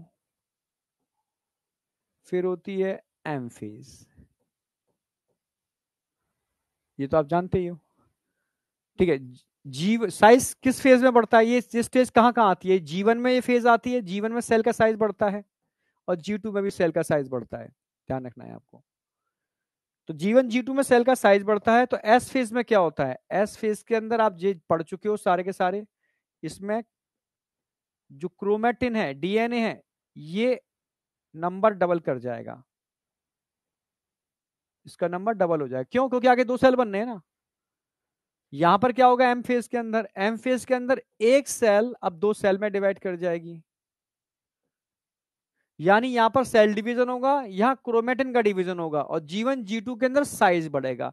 ये हम जानते हैं, मियोसिस माइटोसिस में पढ़ चुके हैं। ये जनरल सेल क्या करती है भाई? जनरल सेल, ठीक है, सबसे पहले, ठीक है, पेरेंटल सेल को डॉटर सेल बनाने हैं तो साइज बढ़ाना पड़ेगा। फेज की बात करूं तो G1 G2 सेल स्टेज जो होती है उनमें साइज बढ़ता है, बीच में एस फेज आती है, उसके अंदर क्रोमेटिन का नंबर डबल होता है, और एम फेज में सेल का नंबर डबल होता है, एक से दो सेल बन जाते हैं। यानी एस फेज में डीएनए का रेप्लिकेशन और दो पार्ट में डिवाइड हो गया, एम फेज में सेल एक से दो पार्ट में डिवाइड हो गई, G1 G2 सेल का साइज बढ़ गया। इसको गैप फेज बोलते हैं, gap phase first, gap phase second. ये नॉर्मल सेल डिवीजन के अंदर होता है, नॉर्मल सेल डिवीजन के अंदर, मैं नॉर्मल सेल डिवीजन की बात कर रहा हूं, समझे? क्लीवेज की बात नहीं कर रहा, ये सब कुछ नॉर्मल सेल डिवीजन की बात है। नॉर्मल सेल डिवीजन में लिख दे रहा हूं, उससे कंफ्यूजन ना हो आपको। नॉर्मल पता होगी तभी आप कंपाइल कर पाओगे क्लीवेज से।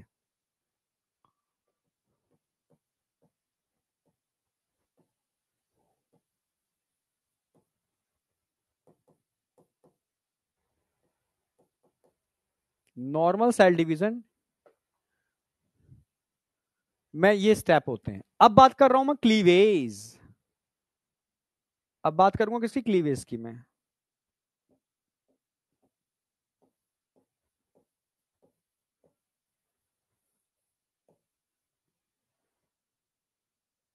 क्लीवेज की बात कर रहा हूं। अब क्लीवेज में क्या होता है, क्लीवेज में समझना,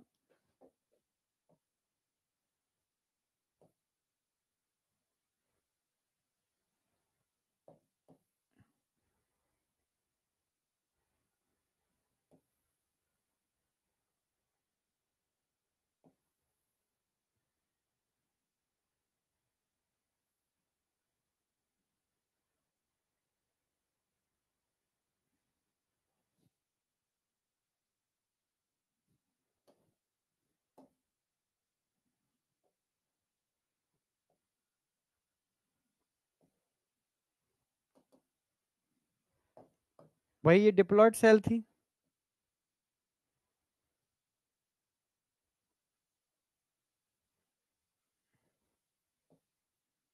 एक से दो सेल बन गए,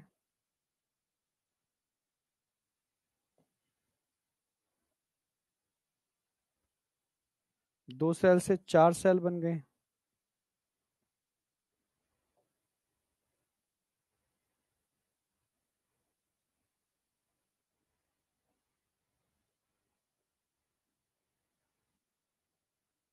चार सेल से आठ सेल बन गए।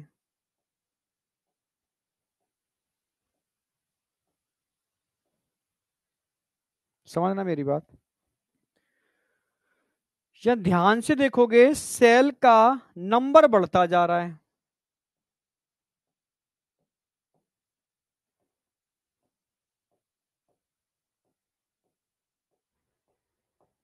सेल का नंबर बढ़ता जा रहा है पर टोटल साइज तो ऑलमोस्ट कांस्टेंट ही है ना, टोटल टोटल का साइज कांस्टेंट है।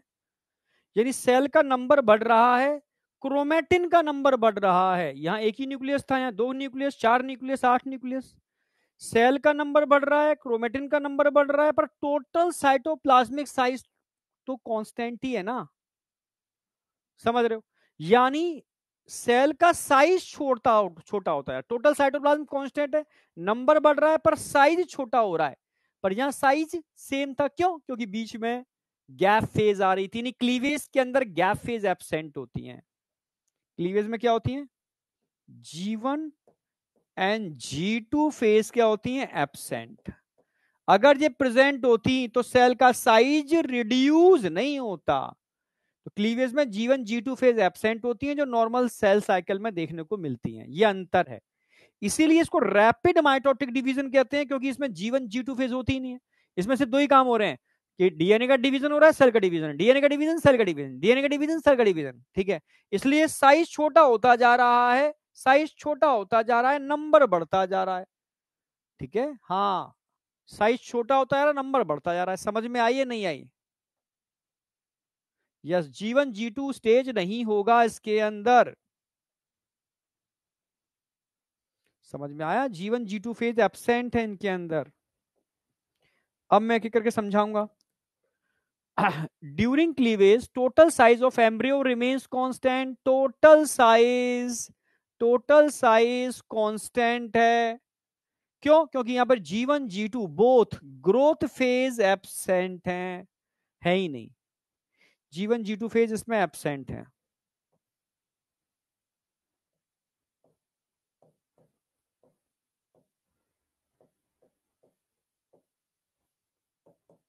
एब्सेंट है। अगला, nucleocytoplasmic ratio, nucleus upon cytoplasmic ratio, यानी न्यूक्लियस का रेशियो बढ़ रहा है, साइटोप्लाज्म घटता जा रहा है, ये बढ़ रहा है घट रहा है, ठीक है। तो टोटल भाई एन बढ़ रहा है, सी घट रहा है, तो टोटल बढ़ेगा घटेगा? तो न्यूक्लियोसाइटोप्लाज्मिक रेशियो इंक्रीज, ये इंक्रीज होगा, क्यों? क्योंकि क्रोमेटिन बढ़ता जा रहा है, साइटोप्लाज्म उतना ही है, ये बढ़ रहा है, ये उतना ही है, ये साइटोप्लाज्म टोटल उतना ही है, क्रोमेटिन बढ़ता जा रहा है, तो न्यूक्लियोसाइटोप्लाज्मिक रेशियो बढ़ता है। डीएनए, ठीक है, total mass of cytoplasm same है, डीएनए कंटेंट बढ़ रहा है, इसीलिए न्यूक्लियोसाइटोप्लाज्मिक रेशियो बढ़ता है।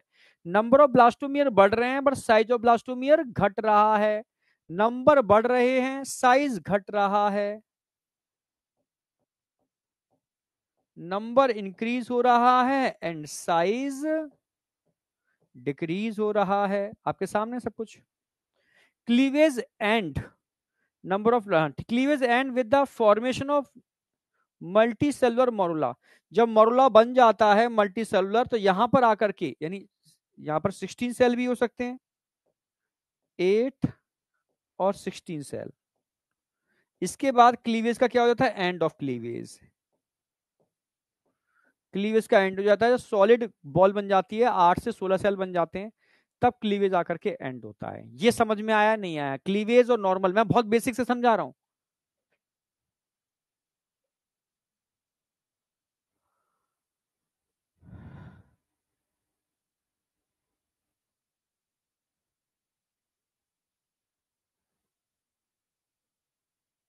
यहां तक समझ में आया?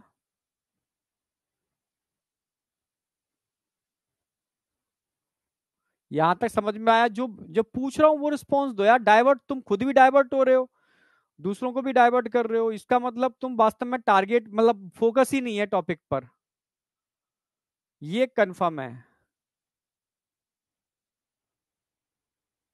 तभी तो मैं तो कहता हूँ, जो बच्चे एकदम जब क्लास में अलर्ट नहीं होते ना, वो मान लो वो सिलेक्शन की दौड़ में नहीं है, वो बस ऐसे ही मस्ती वाले बच्चे हैं।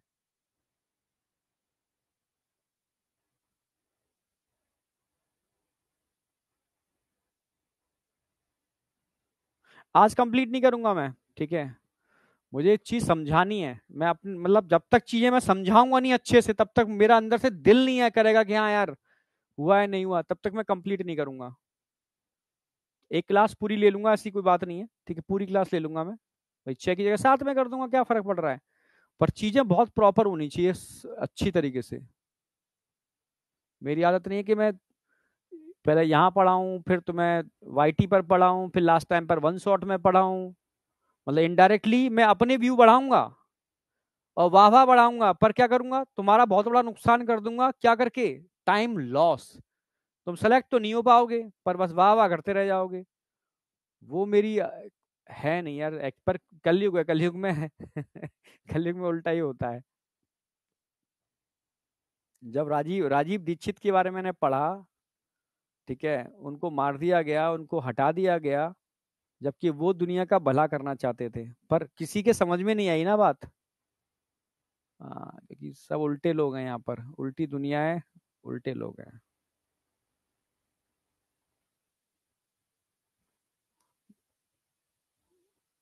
चलो खैर, समझ में आई नहीं आई?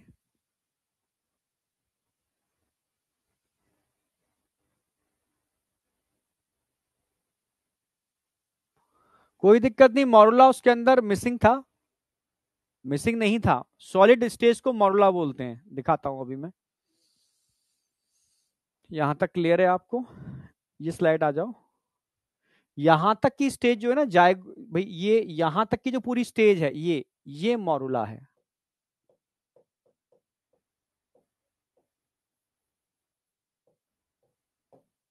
और ये ब्लास्टुला, जब कैविटी बन जाती है ना, ब्लास्टोसील बन जाती है, तब इसको ब्लास्टुला बोलेंगे। जब तक कैविटी नहीं बनी है, सॉलिड बॉल है, तब तक इसको मोरुला बोलेंगे, ठीक है। अब मैं समझाऊंगा कि ये स्टेज कहां कहां आती हैं, कैसे कैसे होती हैं, ठीक है। फोर्थ वाली पॉइंट रिपीट्स, अच्छा, पहली दूसरी तीसरी चौथी। Number of blastomere increase, size of blastomere घट, भाई तुम क्या 1 से 2, 2 से 4, 4 से 8, नंबर बढ़ रहा है, साइज घट नहीं रहा, ये आधा हो गया, इसका भी आधा हो गया, उसका भी आधा हो गया, टोटल साइटोप्लाज्म कांस्टेंट है।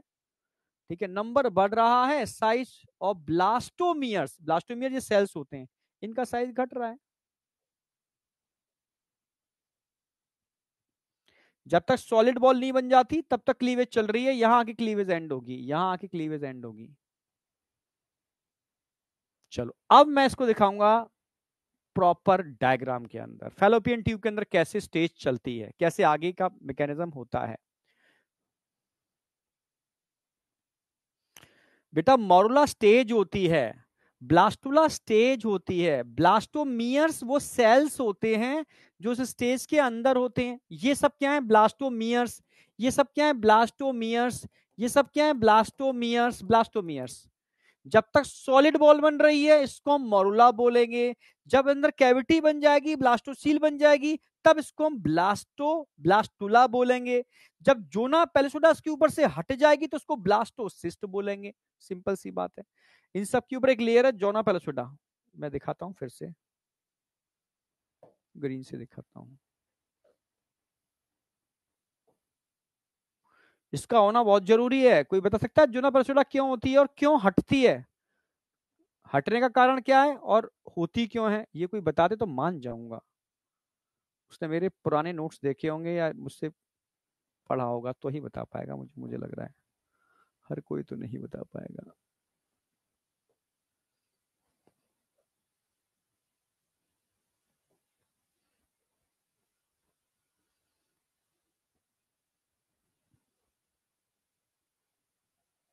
अभी देखता हूं मैं मैसेज तुम्हारे। अब बताओ, कोई बता सकता है जूना प्लसिडा क्यों होती है?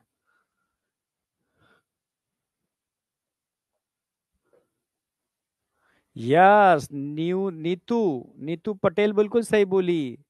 जिससे कि फैलोपियन ट्यूब में इम्प्लांटेशन ना हो जाए, ये इसको चिपकने से रोकती है। भाई सबस्टेज क्या होंगी यहां पर? जब तक जोना पेलिसोडा है तब तक फैलोपियन ट्यूब में चिपकेगा नहीं ये। ठीक है, हैचिंग के टाइम पर ये हट जाती है। हटने के बाद अब तैयार है ये चिपकने के लिए, इम्प्लांटेशन के लिए, अटैचमेंट के लिए, प्लेसेंटा बनाने के लिए।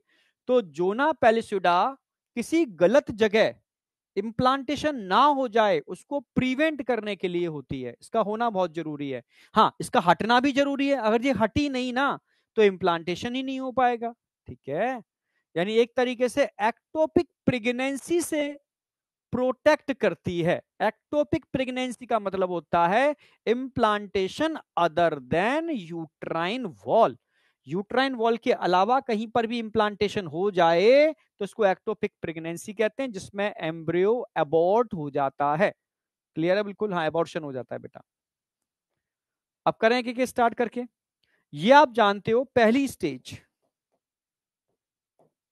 फैलोपियन ट्यूब में चल रही है, यहां से सेकेंडरी साइड निकला, ये एंटर कर गया फैलोपियन ट्यूब में। 0 days ऑफ फर्टिलाइजेशन, अभी फर्टिलाइजेशन नहीं हुआ, एंटर कर गया। स्पर्म यहां तक पहुंचते हैं, स्पर्म पहुंच रहे हैं, ये स्पर्म आ रहे हैं, ये स्पर्म आ गए, स्पर्म आ गए।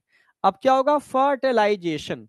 फर्टिलाइजेशन के बाद पहला दिन, फर्स्ट डे ऑफ फर्टिलाइजेशन, 1 से 2 सेल बनेंगे। ये फर्टिलाइजेशन हो रहा है, कंप्लीट हो गया। पहले दिन में क्या होगा? 1 से 2 cell. After fertilisation first day में 1 से 2 सेल। दूसरे दिन के अंदर 2 से 4 सेल। तीसरे दिन के अंदर 4 से 8 सेल। चौथे दिन के अंदर 8 से 16 सेल। यानी यहां पर 16 सेल स्टेज है। इसको मॉरुला बोलते हैं। ये 8 सेल मॉरुला है।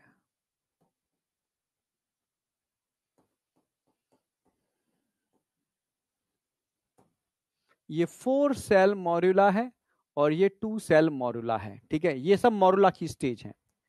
अब यहां पर होगी हैचिंग।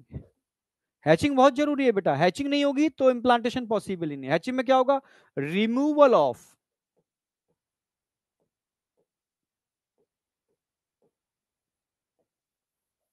जोना पैलिसेडा, ये हटेगी, हट करके एक सिस्ट जैसा स्ट्रक्चर बन जाएगा, इसको हम बोलते हैं ब्लास्टोसिस्ट। ब्लास्टोसिस्ट, जिसके अंदर एक कैविटी बन जाती है, इसको बोलते हैं ब्लास्टोसील, सील मतलब कैविटी। अब ये तैयार है किसके लिए? इम्प्लांटेशन के लिए। तब जाकर के सेवेंथ डे, सातवें दिन क्या हो जाएगा? सातवें दिन इम्प्लांटेशन हो जाएगा। सातवें दिन इम्प्लांटेशन हो जाएगा। एक मिनट बेटा।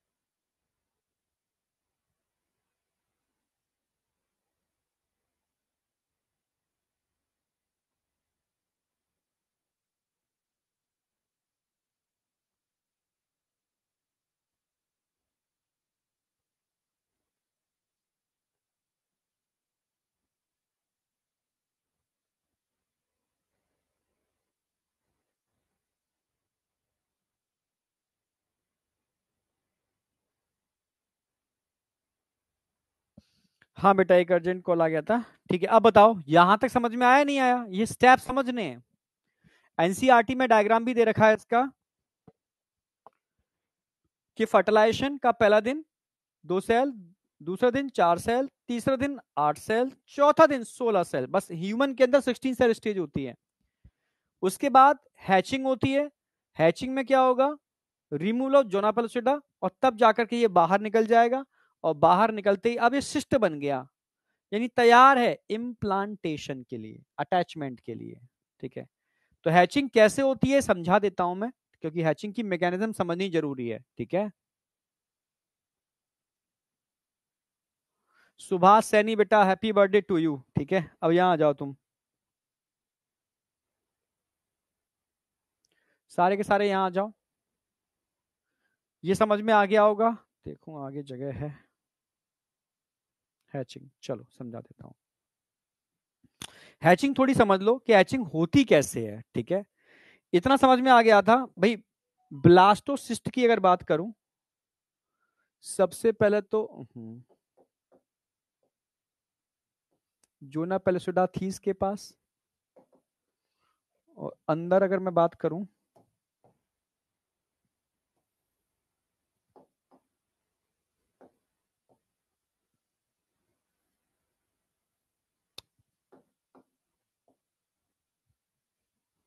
तो यहाँ तो हट जाएगी।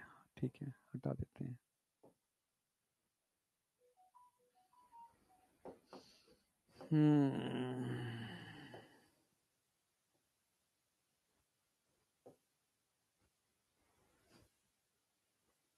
ठीक है,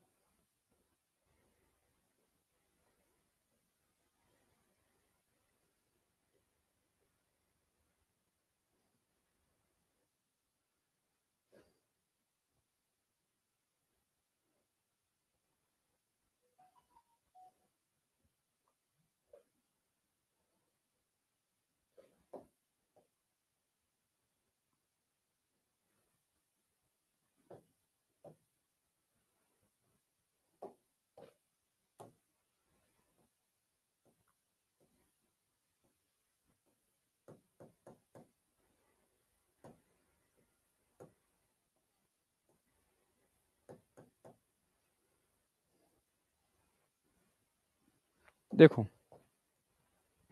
ये तो है जोना पेलिसिडा,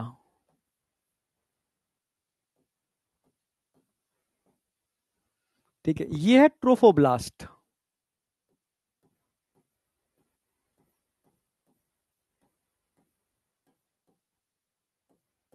क्योंकि जो पूरा ब्लास्टोमियर्स था वो दो पार्ट में डिवाइड हो जाता है, अंदर एक कैविटी बन जाती है, इसको बोलते हैं ब्लास्टोसील।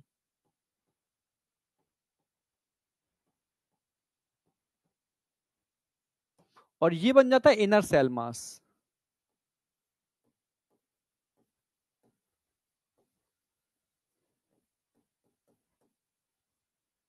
Inner cell mass. और यही इनर सेल मास बनाता है आगे जाकर के एम्ब्रियो, इसी से एम्ब्रियो बनेगा आगे जाकर के। क्योंकि इनर सेल मास एक तरीके से स्टेम सेल है ये सारे के सारे, जिनसे एम्ब्रियो बनता है आगे जाकर के, ठीक है। अब क्या होगा, स्ट्रोफोब्लास्ट जोना प्रोसेडा को हटाना बहुत जरूरी है। तो अगला स्टेप क्या होगा समझना, जोना पेलिसिडा रिलीज करेगी लाइटिक एंजाइम, सॉरी ये ट्रोफोब्लास्ट रिलीज करेगी लाइटिक एंजाइम।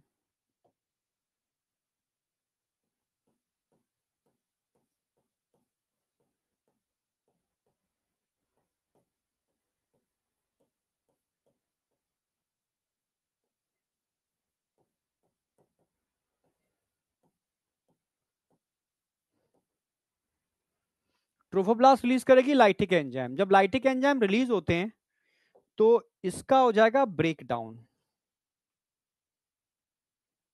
भाई इसने लाइटिक एंजाइम रिलीज किए, यहां से रिलीज करना चालू कर दिए।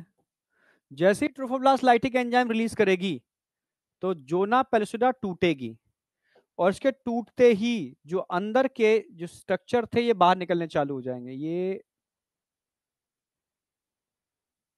मतलब ट्रोफोब्लास्ट वाला स्ट्रक्चर बाहर निकलना चालू हो जाएगा।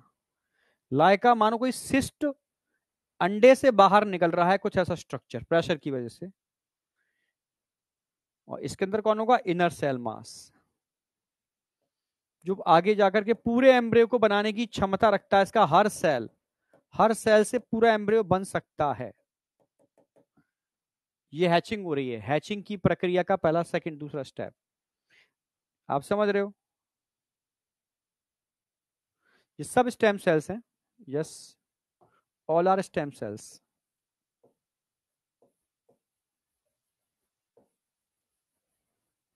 स्टेम सेल्स हैं जो पूरे एम्ब्रियो को बनाने में सक्षम है।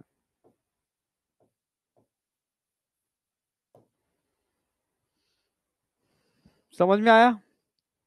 अब इसके बाद अगला स्टेप क्या होने वाला है,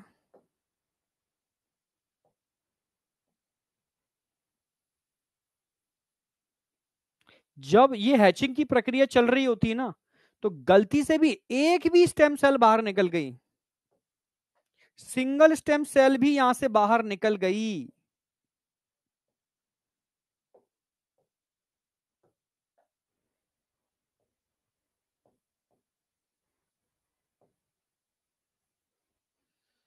तो इससे बिल्कुल आइडेंटिकल ट्विंस बन जाएगा। इसको मोनोजाइगोटिक ट्विंस बोलते हैं। आइडेंटिकल ट्विंस का मतलब है मोनोजाइगोटिक ट्विंस, समझ रहे हो। हाँ, ब्लास्टोसील बनते हैं, इसको ब्लास्टुला बोलेंगे, अब इसको ब्लास्टुला,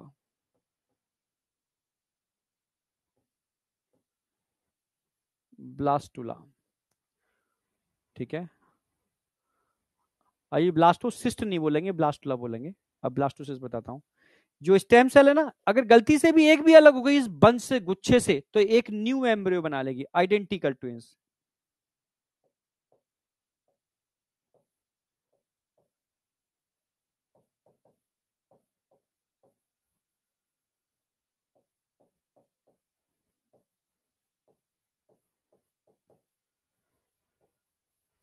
इसको मोनोजाइगोटिक, जाइगोट तो एक ही था ना दोनों का, मोनो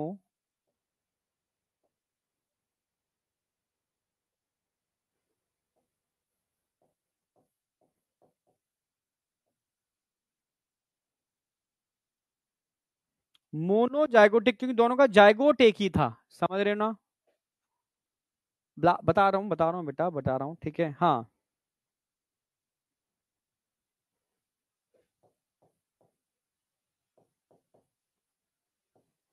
मोनोजाइगोटिक ट्विंस बिल्कुल आइडेंटिकल होते हैं, 100% सिमिलर होते हैं। दोनों मेल होंगे या दोनों फीमेल होंगे, सेक्स भी सेम होगा क्योंकि कॉमन जाइगोट से बने। ठीक है, तो इस तरीके से बनते हैं मोनोजाइगोटिक ट्विंस। ठीक है भाई, एक तो तुमने देखे होंगे एक मेल होता है एक फीमेल होता है, बट ट्विंस होते हैं। ठीक है, जब एक से ज्यादा ओवा फर्टिलाइज होते हैं, समझ रहे हो, हाँ, डाइजाइगोटिक बोलते हैं उनको। डाइजाइगोटिक ट्विंस, एक से ज्यादा ओवा फर्टिलाइज हो जाएंगे भाई, फीमेल में अचानक से एक से ज्यादा ओवा निकल गए, स्पर्म तो मिलियंस है, तो डाइजाइगोटिक बन जाएंगे। एक काला हो सकता है, एक गोरा हो सकता है, एक लड़का हो सकता है, एक लड़की हो सकता है, एक लंबा हो सकता है, एक नाटा हो सकता है। ठीक है, वो डाइजाइगोटिक हैं, अलग अलग जाइगोट से बन रहे हैं, पर एक ही जाइगोट के टूटने से जो बनते हैं, ठीक है, इस तरीके से वो मोनोजाइगोटिक हैं, आइडेंटिकल हैं, 100% सिमिलर ट्विंस होते हैं।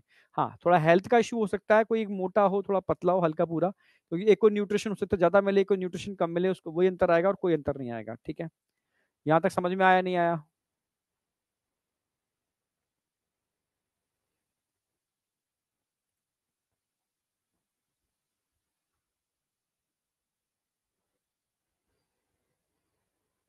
लव कुश बिल्कुल आइडेंटिकल नहीं है, वो आइडेंटिकल नहीं है, लव कुश मुझे भी लगता था आइडेंटिकल है। ठीक है, तो पूछा मैंने तो उन्होंने कहा नॉन आइडेंटिकल है। ठीक है, एक साथ दो बच्चे हुए हैं, एक को न्यूट्रिशन ज्यादा मिला है, एक को न्यूट्रिशन कम मिला है। ठीक है, चश्मा लगाते हैं इसलिए उनको लगता है, तुम ध्यान से देखोगे दोनों के चेहरे अलग अलग हैं। हाँ, वो मतलब आइडेंटिकल नहीं है, डाइजाइगोटिक है। ठीक है, मोनोजाइगोटिक नहीं है। ठीक है, तो मोनोजाइगोटिक का मतलब एक ही जाइगोट से मिलके बने। अब आगे क्या बनेगा? सिर्फ आपका सिस्ट रह जाएगा, जोना पेलोसिडा हट जाएगी, रिमूवल ऑफ जोना पेलोसिडा।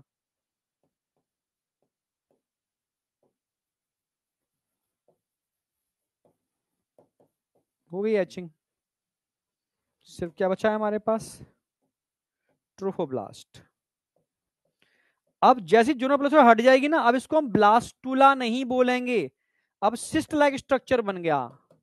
ये है ब्लास्टुला जब जोना पेलोसिडा है, अब इसको बोलेंगे ब्लास्टोसिस्ट।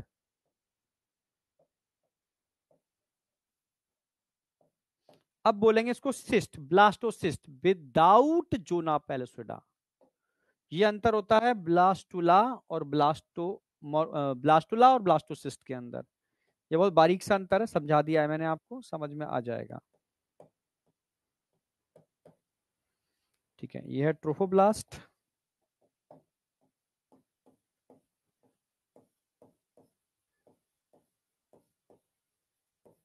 ये इनर सेल मास,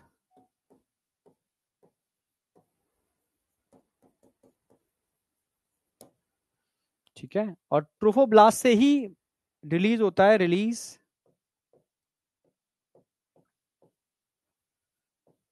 human HCG, human chorionic gonadotrophin hormone.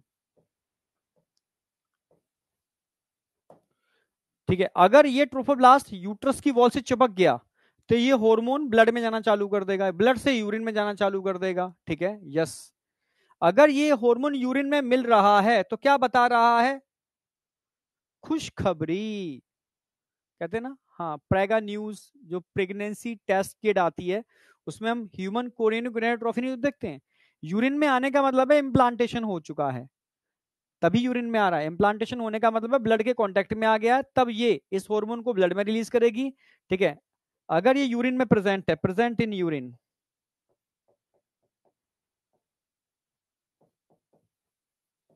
ये पॉजिटिव टेस्ट को बताता है। ठीक है, positive pregnancy test, Prega News जो किट आती है ना, हाँ, उसमें यूरिन की ड्रॉप डालते हैं, कलर चेंज हो जाए तो ये बताता है कि यूरिन के अंदर ये प्रेजेंट है। समझे? स्पर्म को कैसे पता चलता है कि एग कौन सी फेलोपियन ट्यूब में है? तुम्हें क्या लग रहा है स्पर्म की आंख लगी हुई है? चलो इस बार हमें राइट फेलोपियन ट्यूब में जाना है, हमें लेफ्ट में जाना है, स्पर्म दोनों फेलोपियन ट्यूब में जाते हैं। इस तरीके से स्प्रेडिंग होती है ये तभी तो मिलियंस स्पर्म चाहिए। ठीक है, समझ रहे हो? क्योंकि बहुत सारी अनफेवरेबल कंडीशन आगे आगे रास्ता भी भटक जाता है ये स्पर्म, आधे इधर जाएंगे कुछ इधर जाएंगे। ठीक है, तभी तो हर कॉपुलेशन फर्टिलाइजेशन को लीड नहीं करता। आंखें आंखें नहीं लगी होती है उसको, बच्चा पूछ रहा है स्पर्म के कौन है ये? अच्छा, प्रिंसी पूछ रहा है। अच्छा सर, स्पर्म को कैसे पता चलता है कि एग कौन सी फेलोपियन ट्यूब में जाता है? भाई दोनों फेलोपियन ट्यूब में जाते हैं स्पर्म्स, ठीक है, मिलियंस स्पर्म होते हैं।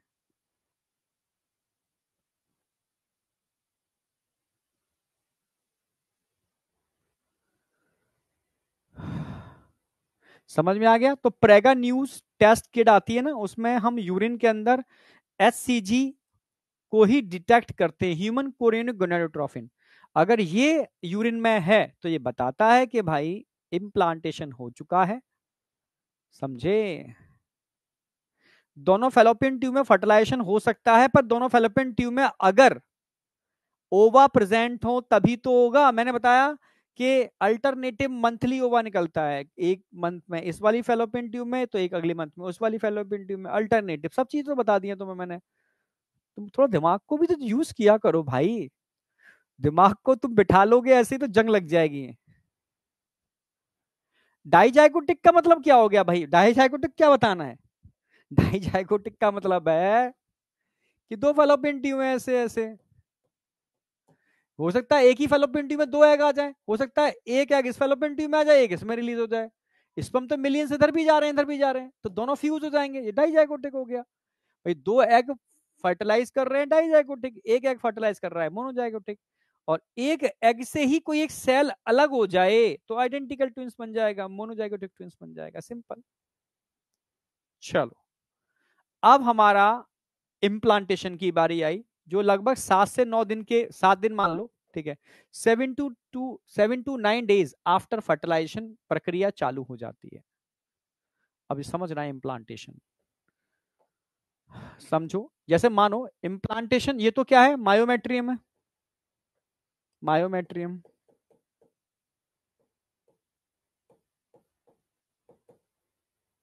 ये पूरी एंडोमेट्रियम है, हाईली वेस्कुलर होती है एंडोमेट्रियम, आप जानते ही हो। इसमें ब्लड वेसल्स बहुत हाईली कॉइल्ड ब्लड वेसल्स होते हैं,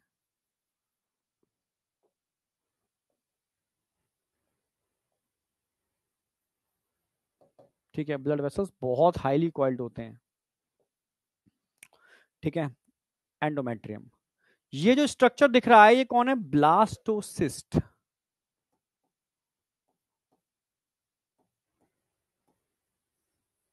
क्योंकि ब्लास्टोसिस्ट का ही इंप्लांटेशन होगा, ब्लास्टोला का इंप्लांटेशन कभी नहीं होता। ब्लास्टोसिस्ट धीरे धीरे आ रहा है, नजदीक आ रहा है एंडोमेट्रियम के, आ गया। अब ट्रोफोब्लास्ट आप जानते हो क्या रिलीज करते हैं? Lytic enzyme. कौन रिलीज करेगा लाइटिक एंजाइम? ट्रोफोब्लास्ट।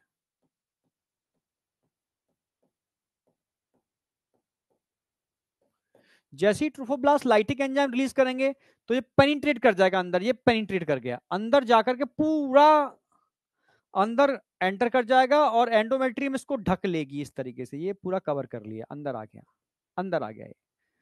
अब चालू होगा यहां पर प्लेसेंटा का फॉर्मेशन, इसको बोलते हैं इम्प्लांटेशन। ये क्या हो गया?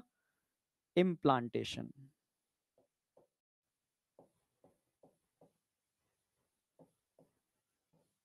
Attachment of blastocyst with endometrium, इसको बोलते हैं इम्प्लांटेशन। यहां तक कोई डाउट?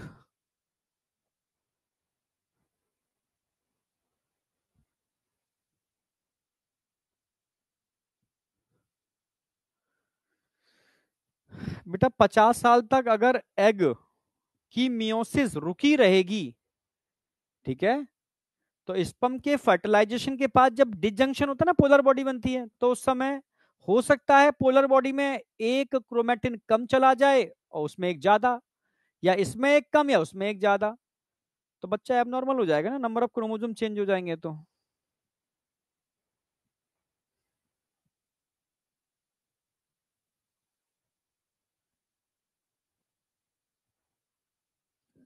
एंडोमेट्रियम अगर टूट गई तो इम्प्लांटेशन नहीं होगा, एबॉर्शन हो जाएगा।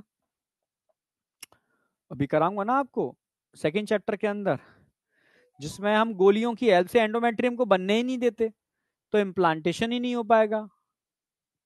कॉन्ट्रासेप्टिव मेथड पढ़ाएंगे ना उसमें, उसमें हम बताएंगे आपको एंडोमेट्रियम अगर नहीं बनेगी तो इम्प्लांटेशन होगा ही नहीं। अब इम्प्लांटेशन के बाद जो एंडोमेट्रियम है ना, उसको चारों तरफ से कवर कर लेती है इस ब्लास्टोसिस्ट को, और इसको बोलते हैं डेसिडुआ। क्या बोलते हैं? डेसिडुआ। ठीक है, after implantation endometrium is known as decidua. Implantation के बाद एंडोमेट्रियम को आप डेसिडुआ बोलते हो। अब डेसिडुआ कितने टाइप के हो सकते हैं ये समझना है। जैसे टाइप्स ऑफ डेसिडुआ, जैसे डेसिडुआ बैसिलिस, एक होता है डेसिडुआ बैसिलिस, एक होता है डेसिडुआ पैराइटैलिस, अभी लिखता हूं, उसको पूरा लिखा नहीं है। एक होता है डेसिडुआ कैप्सुलरिस। तीन डेसिडुआ होते हैं। आफ्टर इम्प्लांटेशन एंडोमेट्रियम को हम डेसिडुआ बोलते हैं। एक मिनट।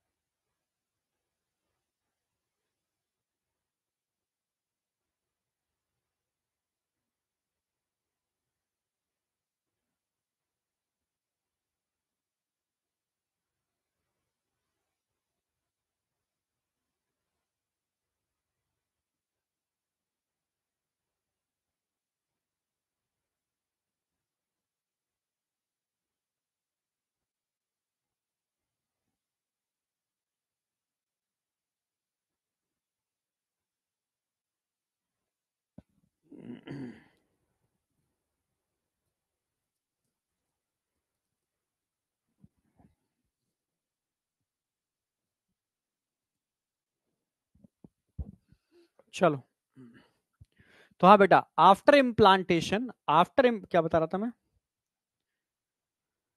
भाई? इम्प्लांटेशन के बाद जो एंडोमेट्रियम होती है ना, उसको हम बोलते हैं decidua. After implantation the endometrium is known as decidua. तो यहां पर डेसिडुआ एंडोमेट्रियम को बोलते हैं, ध्यान रखना, एंडोमेट्रियम को डेसिडुआ बोलते हैं। जैसे समझने का है,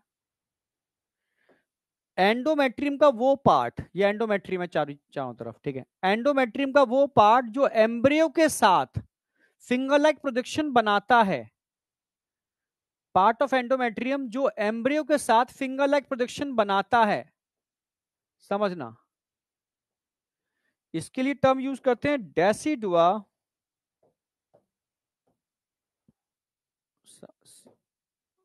अच्छा हाँ, एंडोमेट्रियम का वो पार्ट, एंडोमेट्रियम का वो पार्ट जो एम्ब्रियो के साथ फिंगर लाइक प्रोजेक्शन बनाता है, इसको बोलते हैं डेसिडुआ बैसिलिस। डेसिडुआ बैसिलिस यही आगे जाकर के प्लेसेंटा बनाएगा। क्वेश्चन बस इतना ही पूछा सकता है कि इनमें कौन सा डेसिडुआ प्लेसेंटा बनाने के लिए रिस्पॉन्सिबल है? Responsible for formation of placenta, formation of placenta, ठीक है, responsible for formation of placenta.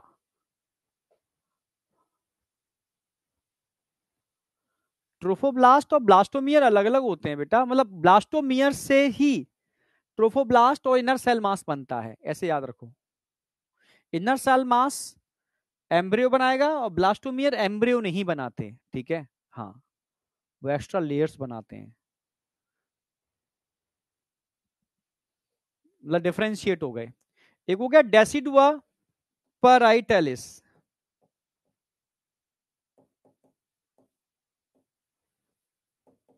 पैराइटैलिस का मतलब है वो एंडोमेट्रियम, एंडोमेट्रियम का वो पार्ट जो एम्ब्रियो से कनेक्टेड नहीं है, part of endometrium which do not connect with embryo, जो एम्ब्रियो से जुड़ा हुआ नहीं है,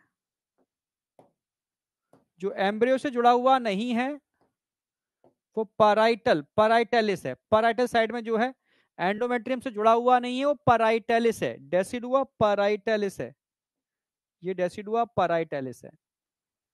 और डेसिडुआ कैप्सुलरिस, यानी एंडोमेट्रियम का वो पार्ट समझना,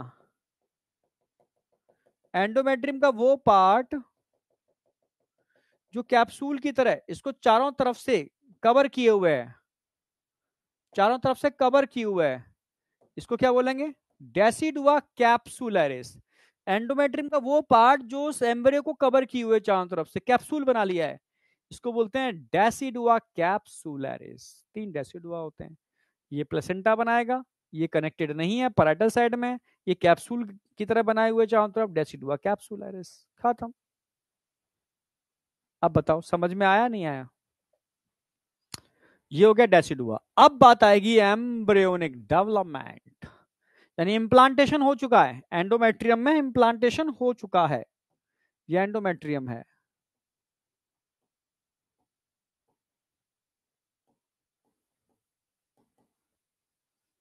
इम्प्लांटेशन हो चुका है, ठीक है, घुस चुका है पूरा।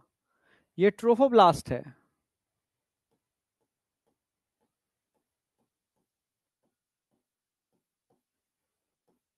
ये इनर सेल मास है,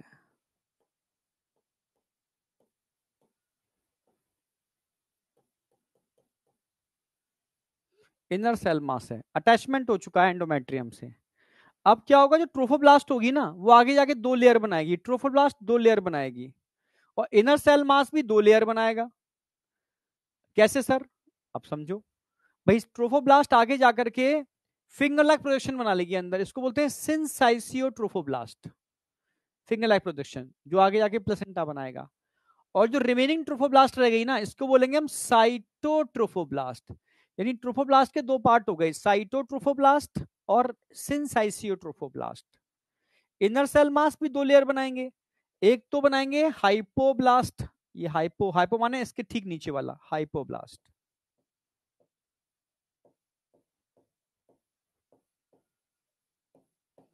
एक बनाएंगे एपीब्लास्ट,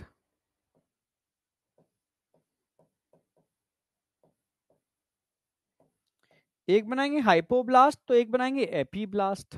ठीक है, 2 लेयर बन गई, इनर सेल मास से 2 लेयर बन गई और ट्रोफोब्लास्ट से 2 लेयर बन गई। ठीक है, अब स्टार्ट हो गया सारा का सारा।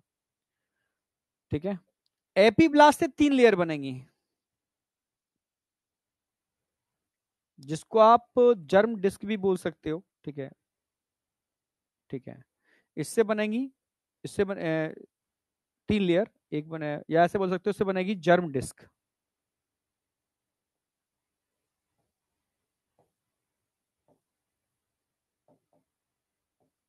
और इन दोनों को मिलाकर के हम बोलते हैं एम्ब्रियोनिक डिस्क, ये पूछा गया है।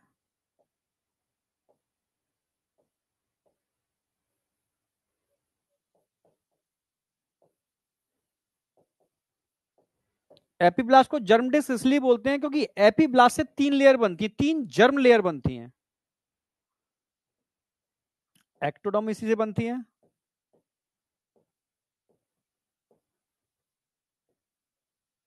इसी से मीजोडर्म बनती है,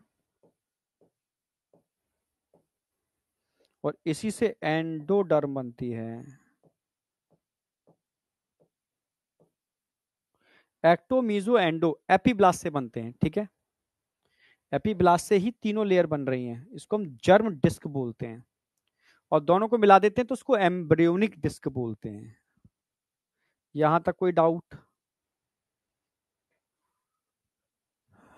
मेहंदी हसन सो रहे हैं, मेहंदी हसन फिर कहेंगे सर आप ऐसे बोलते हो, जो सोबे सो खोबे, ब्लास्टुला और ब्लास्टोसिस में मेहंदी हसन बेटा मैंने 4 बार अंतर बताया है, तू तब भी वही कमेंट लिख रहा है, मतलब तू सो रहा है।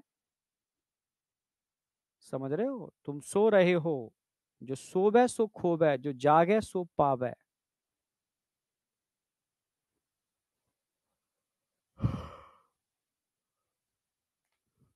यहां तक कोई डाउट?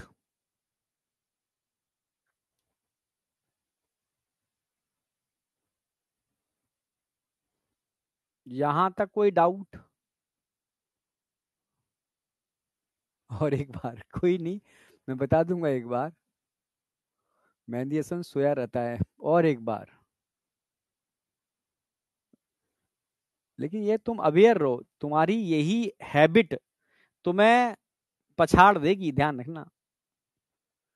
आगे वही निकलेगा जो अलर्ट है, जो आंखें खुला हुआ है, जो टारगेट पर अपना निशाना साधा हुआ है। बाद बाकी के तो बस हवा का झोंका चलेगा, गिर जाएंगे सारे के सारे, कुछ नहीं।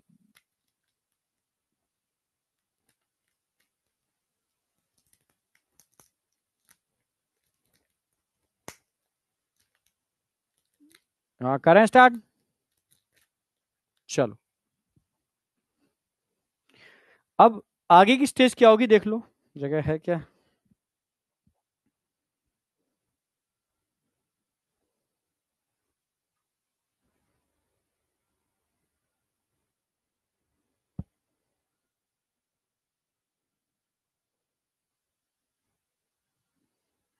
इसकी 3 लेयर बन जाएंगी। इस 3 लेयर के बनने की प्रोसेस को हम बोलते हैं गैस्ट्रुलेशन।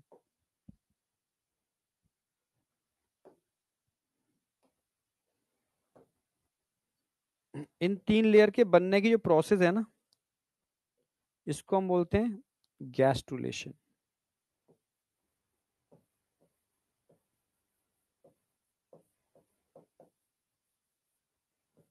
तो अब हम बात करेंगे गैस्ट्रुलेशन। इम्प्लांटेशन हो चुका है, 7वें दिन इम्प्लांटेशन हो चुका है। इम्प्लांटेशन के बाद ये स्टेज आएगी और गैस्ट्रुलेशन स्टार्ट हो जाएगा, ठीक है। जिसमें 3 लेयर बनती हैं, इसको गैस्ट्रुलेशन बोलते हैं। कैसे? गैस्ट्रुलेशन, ठीक है। It occur about 15 days after fertilisation. भाई 7 से 9 10 तक इम्प्लांटेशन होगा, 10 से 15 दिन के बीच के अंदर एम्ब्रियोनिक डिस्क बनेगी, ठीक है। और एम्ब्रियोनिक डिस्क बनने के बाद स्टार्ट होगा gastrulation, 15 days after fertilisation. It is the first major event of 3rd week of development. इस प्रोसेस में क्या होता है? बाय लेमिनर, जिसमें 2 लेयर थी। एम्ब्रियोनिक डिस्क, एम्ब्रियोनिक डिस्क में कितनी लेयर थे? 2। हाइपोब्लास्ट थी और एपीब्लास्ट थी। इससे बनेंगे, इसमें कौन कौन सी लेयर थी? एपीब्लास्ट और हाइपोब्लास्ट। ये ट्रांसफर होगी, transform into try laminar, 3 layer वाली एम्ब्रियोनिक डिस्क में, जिसमें कौन कौन सी लेयर आ जाती हैं? सबसे फर्स्ट पहले बनती है एंडोडर्म, फर्स्ट। फिर बनेगी मीजोडर्म, सेकंड। और सबसे लास्ट में बनेगी एक्टोडर्म, थर्ड। यानी एपीब्लास्ट से पहले बनती है एंडो, फिर मीजो, और बची हुई एपीब्लास्ट की सेल कहलाती है, लास्ट में कन्वर्ट हो जाती है एक्टोडर्म के अंदर, ठीक है। इस तरीके से फॉर्मेशन होगा तीनों लेयर का। इसको बोलते हैं गैस्ट्रुलेशन। 3 जर्म लेयर के बनने की प्रक्रिया को हम बोलते हैं गैस्ट्रुलेशन। अब बताओ, यहां तक कोई डाउट? और इन 3 लेयर से पूरी बॉडी बनती है। एक्टोडर्म से अलग चीजें बनती हैं, मेसोडर्म से अपनी चीजें बनती हैं, और एंडोडर्म से अपनी अलग चीजें बनती हैं, ठीक है। जैसे अगर दिखाऊं आपको,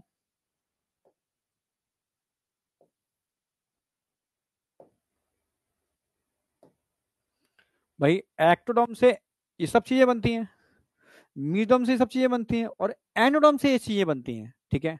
अब वो नहीं करना है आपको कि इन तीनों लेयर से कैसे बनती हैं, वो डिटेल में कराता था एक जमाने में, अब वो नहीं आता, उससे मतलब नहीं है अब, ठीक है। हाँ, अब तो सिर्फ इतना याद रखना, 3 लेयर बनने की मैकेनिज्म को गैस्ट्रुलेशन बोलते हैं, ठीक है। और बनती किससे? Embryonic disc. और एम्ब्रियोनिक डिस्क किससे बनती है? 2 लेयर से बनती है, एपीब्लास्ट और हाइपोब्लास्ट। ये मेन सारी कंसेप्ट है। यहां तक कोई डाउट है तो मुझे बताओ।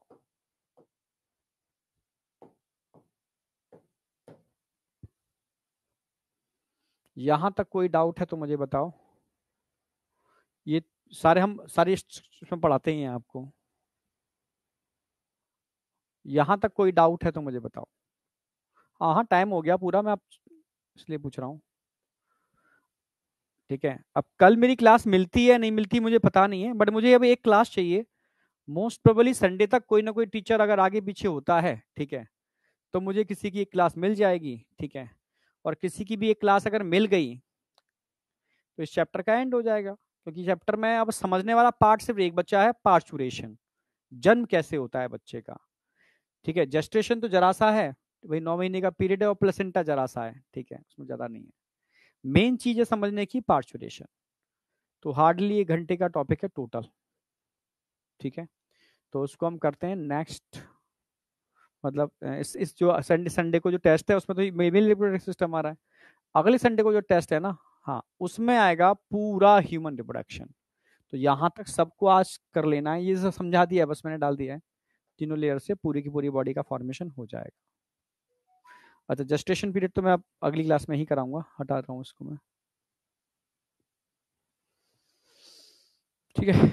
ओके, मस्ती करो, ठीक है, मिलते हैं कल परसों किसी एक दिन, कोई क्लास हो जाएगी ब्लास्टोसिस्ट। अब सुन लो, मैं एक बता देता हूँ एक बार, मैं मेहदी हसन को, बेटा जब तक जोना पेलसिडा ऊपर लगी हुई है तब तक इसको ब्लास्टुला बोलते हैं। हैचिंग के बाद जोना पेलसिडा हट जाती है और सिस्ट की तरह बाहर निकल जाता है, तब इसको ब्लास्टोसिस्ट बोलते हैं। अंतर समझ में आ गया? जब तक सॉलिड बॉल होती है इसको मोरुला बोलते हैं। जब अंदर एक कैविटी बन जाती है तब इसको ब्लास्टोसिस्ट तो उसको ब्लास्टुला बोलते हैं, क्योंकि ब्लास्टोसील बन गई, ठीक है। और जोना पेलसिडा हट गई तो बोलेंगे इसको ब्लास्टोसिस्ट। तो मोरुला सॉलिड बॉल है, ब्लास्टुला जिसमें फ्लूइड फिल्ड कैविटी, ठीक है, कह सकते हो ब्लास्टोसील बन जाती है, पर जोना पेलसिडा भी होती है, इसको ब्लास्टुला बोलते हैं। और जोना पेलसिडा के हटने पर इसको ब्लास्टोसिस्ट बोलते हैं, क्योंकि इम्प्लांटेशन हमेशा ब्लास्टोसिस्ट का होता है, ब्लास्टुला का इम्प्लांटेशन नहीं होता। क्लियर है? ओके, थैंक यू, बाय बेटा। अब मिलते हैं कल, आज रात में 10 बजे के आसपास मैं लाइव आ रहा हूँ, ठीक है, टेलीग्राम पर। तो वहां कंक्लूड करते हैं। और तुम्हारा कंबाइंड टेस्ट है संडे को, ठीक है। हाँ, रिवीजन टेस्ट जो हम ले रहे हैं, कंबाइंड टेस्ट है 4 चैप्टर का, तो थोड़ा चारों चैप्टर अच्छे से कर लेना। आज थर्सडे है, आपका एंडोक्राइन वाले चैप्टर का रिवीजन स्टार्ट हो जाना चाहिए सैटरडे तक। ओके, बाय बेटा, बाय बाय बाय।